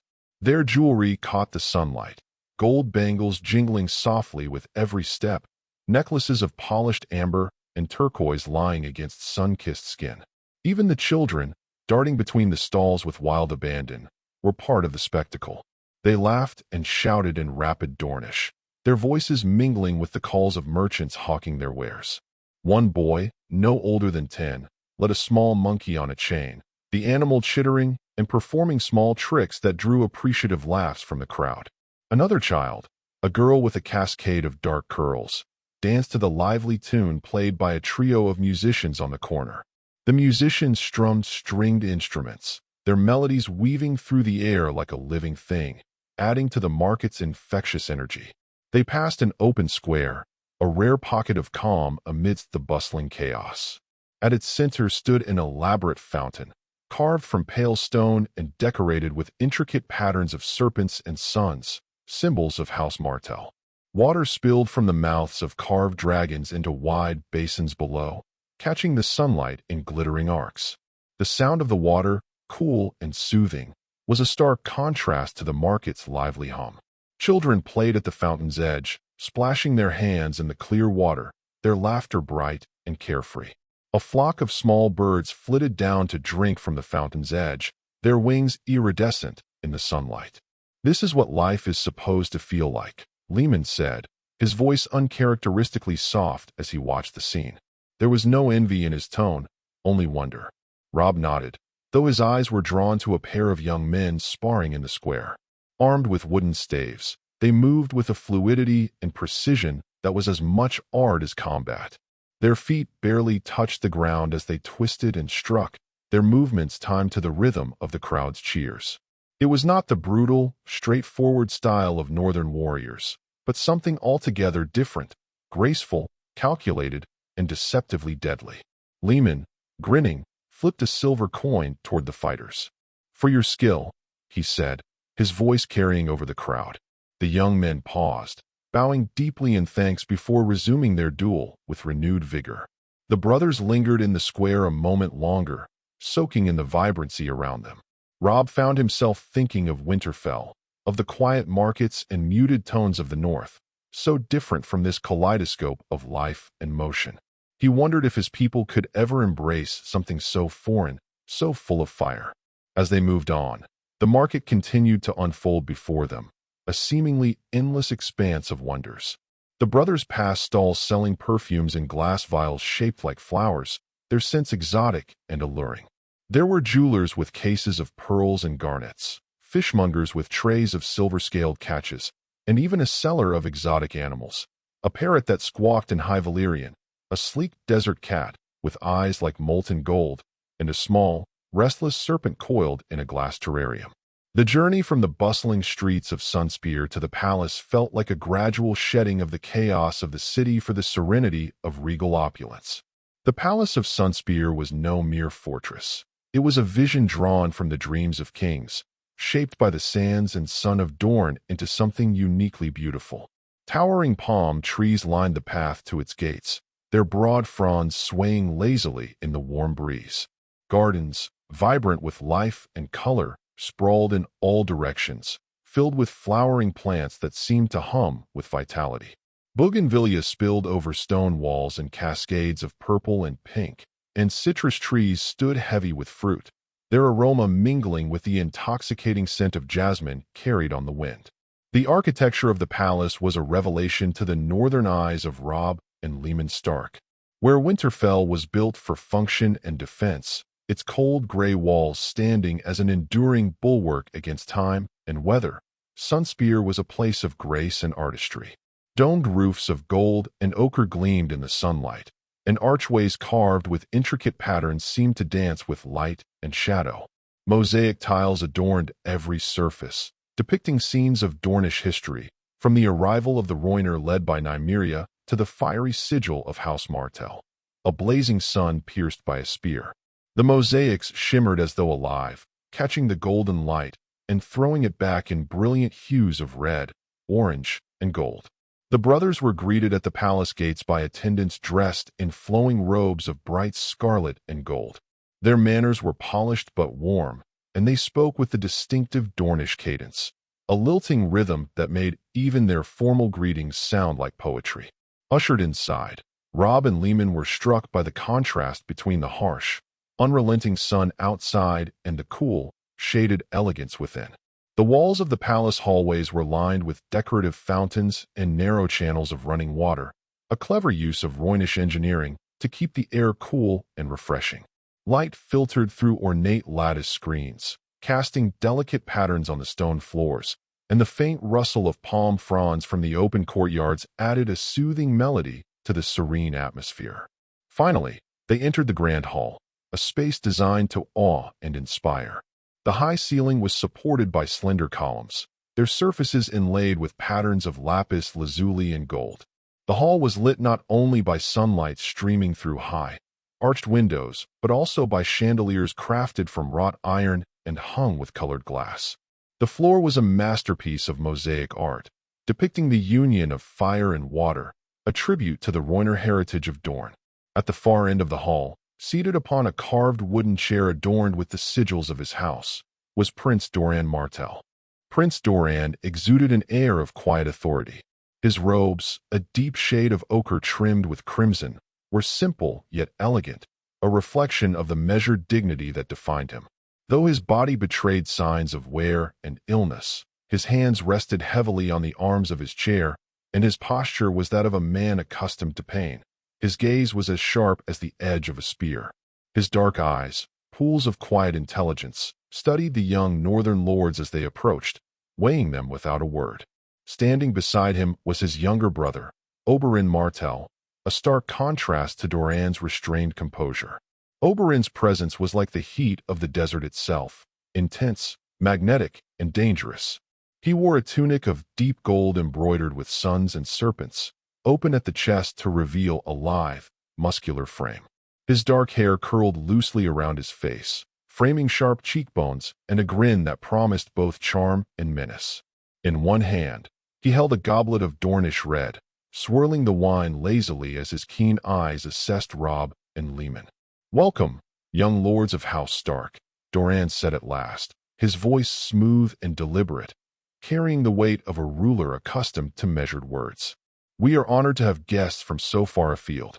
Robb inclined his head with a grace learned from years of watching his father in court. "Thank you, your grace. The honor is ours. It is not every day that wolves walk in the lands of the sun." Oberyn's grin widened at Robb's words, and he took a step forward, his movements languid but calculated. "Ah, the famed wolves of Winterfell," he said, his voice rich with amusement. "And not just any wolves, Leman Russ, Krakenslayer." He let the title hang in the air, savoring its weight before adding with a chuckle, "Stories of your exploits in the Greyjoy Rebellion have reached even these sunlit halls. I half expected to see you dragging in a dead Ironborn or two." Lehman met Oberyn's sharp gaze with an equally mischievous grin. "The honor is mine, Lord Oberyn. Not every day does one meet the Red Viper of Dorne." Oberyn's laugh was warm and genuine, a sound that filled the hall. "Flattery, and from a northerner no less. This day grows more interesting by the moment." He tilted his head, his curiosity evident. "But tell me, shouldn't your father have come to handle such talks? It is not often the groom himself comes to negotiate the betrothal." Robb chuckled softly, shaking his head. "Rest assured, we come with no such intentions, though your sister's beauty and grace would bring no shame to House Stark." His tone grew more serious as he continued. "We come to discuss matters of trade, your grace. An alliance between the North and Dorne, one that goes beyond distant respect. The unrest in Westeros grows with each passing day. The North and Dorne, though far apart, share a common strength in their independence. Together, we might forge something lasting, something that benefits both our peoples." Doran's expression softened, his sharp gaze lingering on the young men before him. "Wise words for one so young," he murmured, a note of approval in his tone. "Dorne has always valued those who see beyond their own borders. But such matters are best discussed at length and with care. For now, you are our honored guests. Rest and partake of Dornish hospitality. Tonight, we shall dine together and speak further." As Doran gestured to his attendants to see the Starks to their chambers, Oberyn stepped closer, lowering his voice as he addressed Lehman. You have fire in you, young wolf. I hope you can hold your own in the heat of Dorne, for it tests even the strongest. Leomund's grin was wolfish.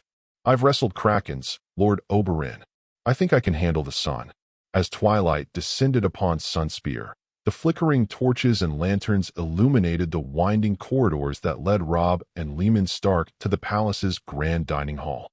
The brothers walked side by side, their boots clicking softly against the polished stone floors. The air carried the faint aroma of spices and roasted meats, a tantalizing prelude to the feast that awaited them. They exchanged a glance, their expressions a mix of curiosity and guarded anticipation. The North had taught them that alliances, even potential ones, were as perilous as they were valuable. Here, among the vibrant culture of Dorne, that lesson seemed even more pertinent. The towering doors of the dining hall were pulled open with a low groan, revealing a room alive with color and sound. Dornish lords and ladies mingled around long, low tables, their silken robes catching the light of the chandeliers overhead. The hall was a symphony of vibrant hues. Rich crimson, gold, and deep orange fabrics contrasted with the pale stone walls. Laughter and conversation filled the air, mingling with the music of stringed instruments played by musicians perched on a balcony above. Silver goblets reflected the warm light, and platters laden with exotic dishes seemed to shimmer, their scents blending into a heady perfume of indulgence. It was unlike anything Robb or Leomund had seen. The somber, utilitarian meals of the North, where bread, meat, and ale were served with little ceremony, felt a world away from this feast of sensory delights.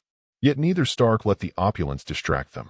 Their expressions remained neutral as they surveyed the scene, searching for subtle cues in the faces and movements of their hosts. They were led to their seats near the head of the table, where Prince Doran Martell presided with quiet authority. His place was marked not by a grand throne, but by a simple, elegant chair that reflected his preference for subtlety over ostentation. To his right sat his daughter, Arianne Martell, her beauty and poise undeniable. Her golden skin and dark eyes gleamed in the torchlight, and her presence exuded both warmth and cunning. To Doran's left was Oberyn Martell, the Red Viper himself, a living embodiment of the Dornish spirit, dangerous, alluring, and unpredictable. The Stark brothers were placed strategically, Robb to Arianne's right, and Leomund opposite him beside Oberyn. The arrangement, Robb noted, was no accident. It was a statement, a positioning that allowed the Martells to observe them closely and gauge their every word and reaction. The subtle game of power had begun even before the first course was served. When all were seated, Prince Doran raised his goblet, his voice calm but resonant. "Let the feast begin," he intoned, his gaze sweeping the room like a watchful hawk. The hall came alive at his words. Servants glided in carrying trays of roasted meats glistening with honey and spices, bowls brimming with citrus fruits and pomegranates, and platters of fresh seafood garnished with chilies and saffron. The scent was intoxicating, tangy, sweet, and spicy all at once. Lamb, its skin crisp and golden, was served alongside flaky flatbreads, olives marinated in oil, and stews that seemed to glow with the warmth of paprika and turmeric. The Starks, though accustomed to simpler fare, accepted the offerings with the composed grace expected of noblemen. As the meal progressed, Doran began to speak, his voice measured and deliberate. "The history of Dorne is a history of resilience," he began, his words weaving a narrative as rich as the feast before them. When Nymeria led her people across the sea, she brought not only warriors but also builders, poets, and scholars. The Rhoynar were not conquerors. They were survivors, driven by necessity and bound by the will to endure. It was with wisdom, not blood, that Dorne was united. Robb listened intently, his face impassive but his mind racing. Doran's words were carefully chosen, designed to emphasize Dorne's independence and the wisdom of its rulers. It was not merely a recounting of history. It was a subtle reminder of Dorne's strength and the value of patience over brute force. Robb knew this was a test. Doran was gauging how much the Stark heir understood of diplomacy and the unspoken language of power. "You speak with great pride of your people's resilience, Your Grace," Robb said at last, his tone even. "It is a quality the North respects deeply." In our lands, survival often depends on endurance and unity, as it does here in the sands of Dorne. Doran inclined his head slightly, his expression unreadable. Indeed, the North and Dorne share certain parallels, he allowed. Both are lands apart, bound to the Iron Throne but not defined by it. Both are shaped by the extremes of their climates, and by the unyielding nature of their people. And yet, Oberyn interjected, his voice a smooth counterpoint to his brother's deliberate cadence. Our methods differ. Dorne bends like the reed in the wind, while the North stands like the oak, immovable and proud. Tell me, young lords, do you think it is better to bend or to break? Leman met Oberyn's gaze with a wolfish grin, his voice carrying the hint of a challenge. A reed bends until it's trampled. An oak stands firm, but even the fiercest storm cannot uproot it if its roots are deep enough. Oberyn's smile widened, his eyes gleaming with something between amusement and intrigue. Spoken like a true northerner, he said, raising his goblet in a mock toast. But storms do not care for roots, young wolf. They care only for destruction. Perhaps, Leman replied, his grin undimmed, but the oak stands long after the storm has passed, and often it is the storm that breaks first. The exchange drew a quiet chuckle from Oberyn, but Doran's expression remained thoughtful. There is wisdom in both perspectives, he said, his tone neutral. And wisdom is what shapes alliances, is it not? Robb leaned forward slightly, his eyes meeting Doran's. Wisdom, yes, but also trust. And trust is not easily given, especially in these times. Doran regarded him for a moment, his expression inscrutable. Trust, he echoed softly. A fragile thing, especially between lands as distant as ours. Tell me, Lord Stark, what trust can the North offer Dorne? Robb did not flinch under the prince's scrutiny. The North offers no empty promises, he said firmly. We seek not to impose, but to build. Trade routes, mutual defense, cultural exchange. These are bonds that strengthen over time, not through force, but through shared benefit. And what benefit does the North seek from Dorne? Arianne asked, her voice smooth as silk. Her eyes, sharp and calculating, studied Robb with keen interest.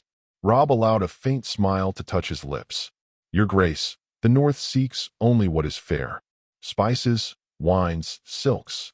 Dorne's treasures would find a welcome market in Winterfell, just as the North's furs, timber, and iron would enrich your halls.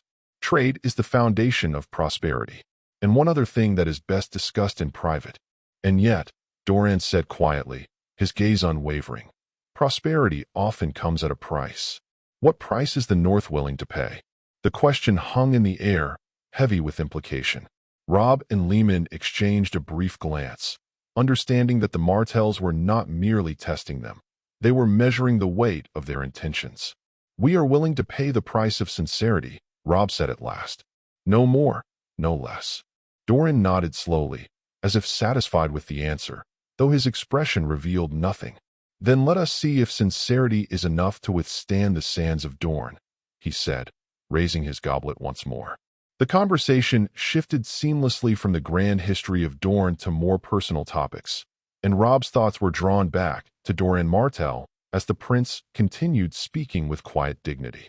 His words carried the weight of centuries, but they also reflected a certain humility, a wisdom born not only of power, but of deep introspection. Your land has an old spirit, Robb said, his tone thoughtful. The North understands that spirit well. Our lands may be different, but we share a similar strength. Perhaps harsh lands have a way of molding their people into something more unyielding. Doran's gaze softened, a warm smile curving his lips. He was a man who rarely showed emotion, yet in this moment, he seemed to embrace Robb's words with an openness that spoke of mutual understanding.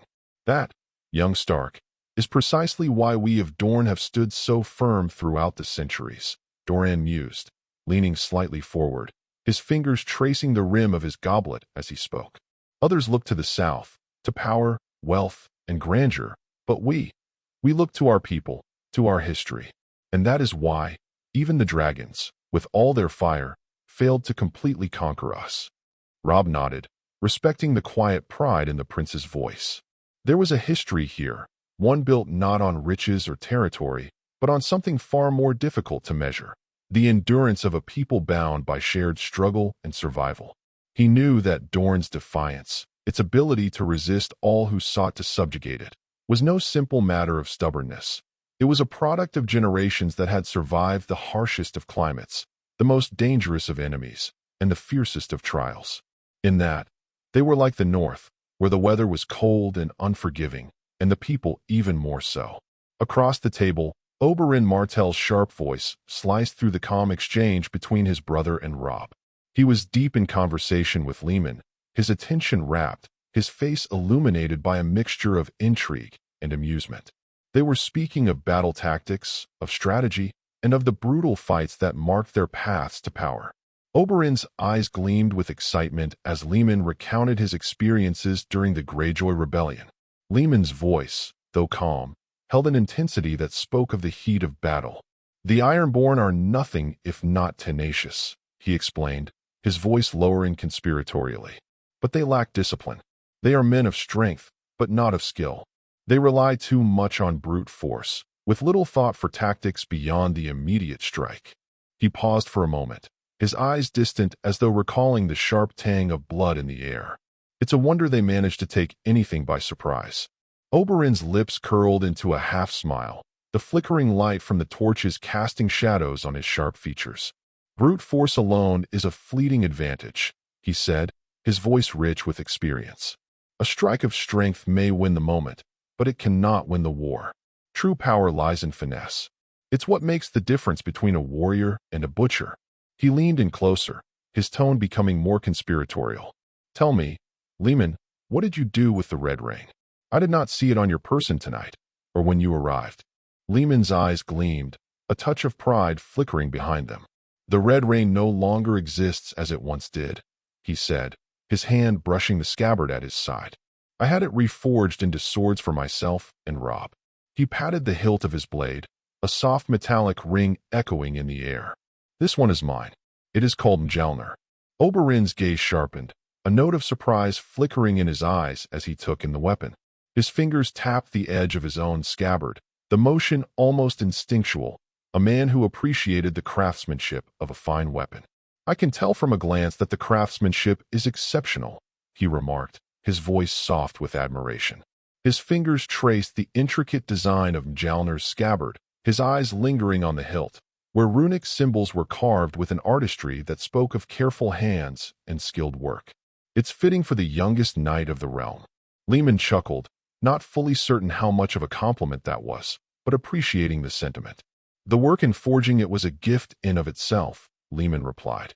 "Though, it was forged with more than just skill. There's a story in it, and a bit of fire, if you ask me." He offered a sly smile before continuing. "But enough about weapons. You've seen the Ironborn style, as I have. What are your opinions on the different swordsmanship styles you've encountered in your travels?" Oberyn leaned back, clearly intrigued by the question. His eyes sparkled with the wealth of knowledge he had accumulated over a lifetime of duels and battlefields. "Most styles, whether from Essos, Westeros, or beyond, have their merits. Every style has its strengths and weaknesses, depending on the situation. But I must admit," he continued, his tone turning slightly sardonic, "I have a particular distaste for the swordsmanship of the Ironborn. It is little more than a series of heavy swings with no finesse, no elegance. It is nothing but brute force, and the lack of discipline is alarming." Leman's lips quirked upward as he nodded thoughtfully. "I've always felt that way about them, too. They don't understand the art of the sword. They think it's just about strength." Oberyn's smile deepened, his eyes dancing with a devilish gleam. "Then you must let me show you some of the Dornish way." His voice dropped lower, almost a whisper as though revealing a secret. "We fight with finesse, not just strength. I've traveled across Essos, learning from the best warriors. The styles I've encountered from the warriors of the Summer Isles, from the free cities, they all taught me something. But the Dornish style is close to my heart. It is about precision, timing, and using your opponent's strength against them." Leman's eyes flashed with excitement, his youthful enthusiasm barely contained. "I'd be honored, Lord Oberyn." The words were out before he could stop them, and a thrill ran through him. The idea of learning from the Red Viper himself, a man known for his skill and his lethal grace, was an opportunity too good to pass up. Oberyn's smile widened, a dangerous glint in his eyes. Perhaps, one day, we can put these techniques to the test. He paused for a moment, letting the tension of the unspoken challenge settle in the air before he continued, his voice lighter, yet still carrying the weight of his experience. The key is in understanding how the body moves, how it reacts, how to anticipate before your opponent knows what they will do. There is a flow to the fight, like a dance. The trick is knowing when to lead and when to let them follow. Lehman leaned forward, absorbing every word, his mind already working to process the new information. He had learned from his father, from the masters in the north, but this was something different. Oberyn's words were rich with layers of meaning, and Lehman could already feel his body shifting in anticipation, adjusting, thinking of ways to incorporate this new philosophy into his own fighting style. Every movement had a purpose, and the more Oberyn spoke, the more Lehman understood that there was no one right way to wield a blade, only the right way for the moment. As their conversation deepened, Oberyn revealed more of his experiences, detailing the various swordplay techniques he had encountered. His tales of duels in the free cities, of water dancers from Bravos, were filled with intrigue and skill. He spoke of parries, of thrusts, of how to read an opponent's body language and anticipate their next move. At times, his words were little more than a series of hints, tricks that seemed to slip effortlessly from his tongue, but Lehman absorbed every word, committing it to memory. There were moments when Oberyn's gaze shifted from Lehman's eyes to his sword, noting the subtle adjustments he made, how his hands gripped the hilt with a firmness that suggested he was already internalizing the techniques. Oberyn chalked it up to hot-blooded excitement, but unbeknownst to him, Lehman was comprehending and adjusting the techniques on a scale most mortals couldn't fathom. Lehman felt the blood of the old masters running through his veins, igniting his passion for the blade even further. He could already see how his style could evolve, how he could become more fluid, more unpredictable. His swordsmanship was about to change in ways he hadn't yet fully grasped. As the evening wore on, the feast continued, but Lehman's thoughts had shifted entirely. He had glimpsed a new world of combat, one that held both promise and challenge. He could see it now, how far he still had to go to reach the level of true mastery. And at the back of his mind he felt a drive, as if he had to catch up to someone. Then, as if from the depths of his subconscious, like a memory older than time, he saw and heard, only for a fleeting instant, a flash of a lion's mane and the cry of a hawk, and a sense of familiarity. Then, it was gone. As fast as it had come, it disappeared into the mists of his subconscious. Meanwhile, Robb found himself speaking with Doran's daughter, Arianne. She was a striking woman, her beauty as intense and fierce as the Dornish sun. As they spoke, Robb quickly realized that her mind was as sharp as her gaze, and that her pride in her homeland was as unwavering as her father's. "Winterfell must be as beautiful, the way you describe it," she remarked, tilting her head as she studied him. "The vast forests, the snow-covered mountains." "It is," Robb replied, a touch of longing in his voice. "It's wild, untouched. The land shapes its people. We have to be as resilient as the landscape." Arianne smiled, a faint glimmer of understanding in her eyes. "I think Dorne and the North have that in common, Robb Stark. Both of are unbending in their own ways, shaped by lands that do not forgive weakness."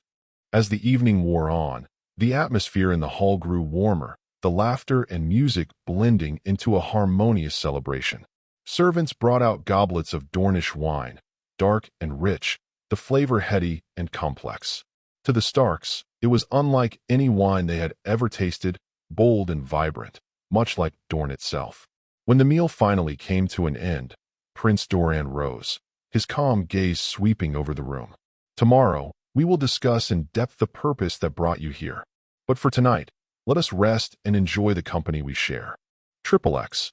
Next day, Doran's office. The morning sun had barely crested over the dunes, casting a harsh golden light across the sandstone walls of Prince Doran's office. The room was cool, the air thick with the scent of spices and the faintest trace of the desert winds.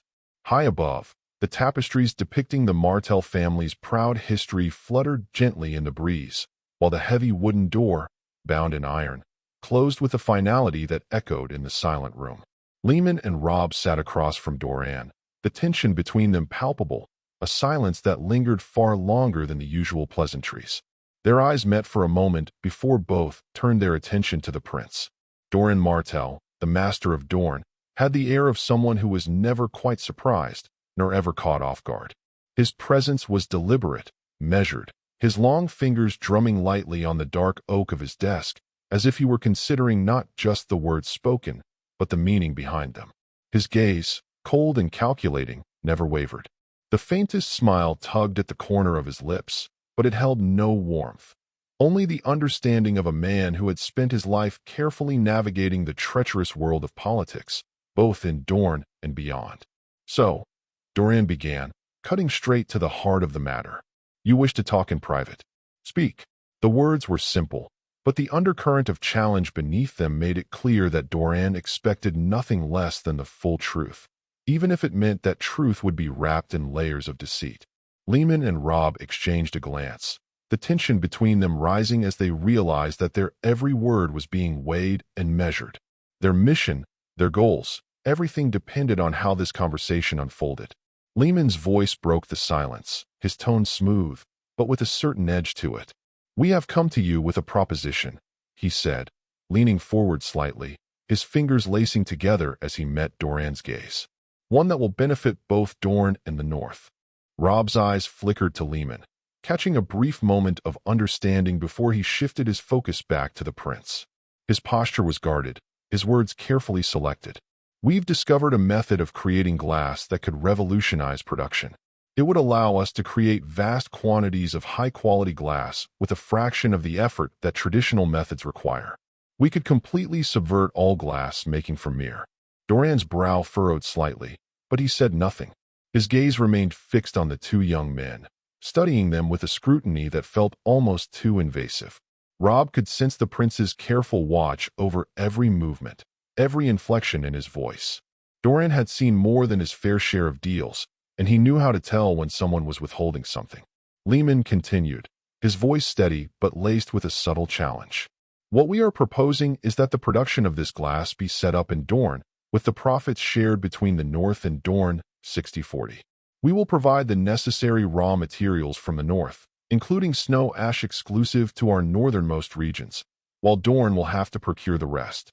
We assure you, it won't be difficult as the requirements are found in abundance in your lands. Doran's expression remained impassive, but his eyes flickered with interest as he leaned back in his chair, his fingers steepling together. He knew there was more to this offer than the simple exchange of raw materials and profits. The North was a land of harsh winters, but they had their own resources that were valuable in ways few outsiders understood.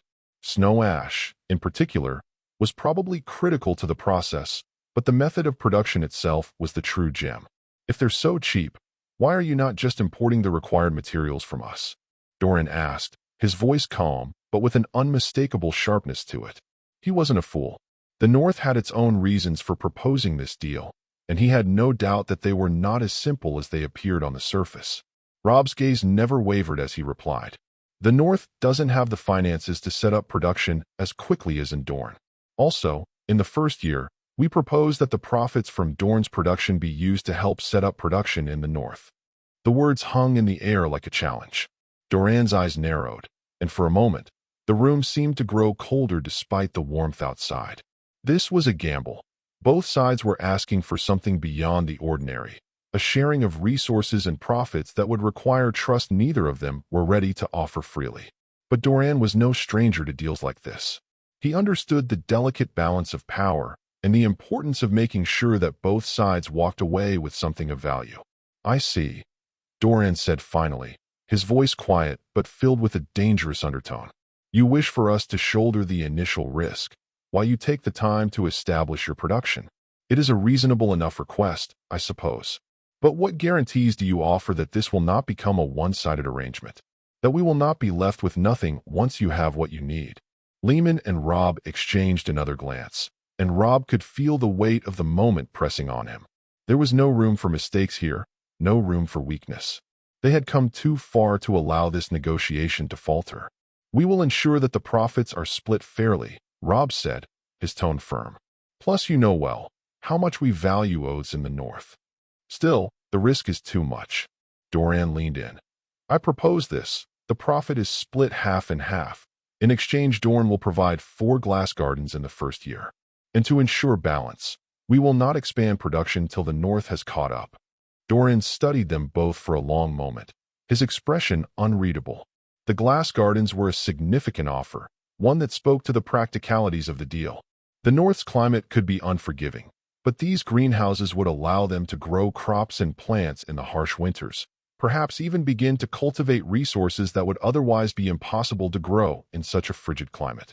It was a valuable gift, but Doran knew that it would be difficult for the Starks to refuse. 4 is 2 less. We would require at least 8-inch Lehman cuts in. No more than 6 would be possible in a year. And in exchange for these 6 glass gardens, Doran asked, his voice low, his eyes never leaving theirs. I want the North to pay for the acquisition and transport of the snow ash. Dorne will pay for the same things for the resources to be transferred to the North. Lehman did not hesitate. Agreed. We will continue to provide the necessary materials to ensure that glass production remains steady. In the future, we hope to expand the exchange of raw materials, benefiting both sides. In exchange, we will only share the process after half the delivery has been made. The glassmakers for the initial setup will all be sent from the North. The room fell into silence as Doran considered the offer. The air was thick with tension, and Robb could hear the faint sound of his own breath as he waited. Every word they had spoken, every bargain struck, was a test of their resolve, a delicate balance between trust and suspicion. They were no closer to a true alliance than they had been when they first entered the room, but at least now there was a pathway forward. Finally, after what seemed like an eternity, Doran spoke. Very well, he said, his voice cold and final. We have a deal. The profits will be split evenly, as I proposed. Dorne will provide the materials, and the North will supply the snow ash. We will set up initial production here, but will not expand beyond the initial operation until the North has caught up. And you will receive the 6 glass gardens as payment within the first year. But know this, young Stark, and you, Leman of the North, this arrangement will be watched closely. If there is even the slightest hint of betrayal, it will be dealt with swiftly. Leman nodded, his gaze unwavering. Robb, too, gave a firm but respectful nod.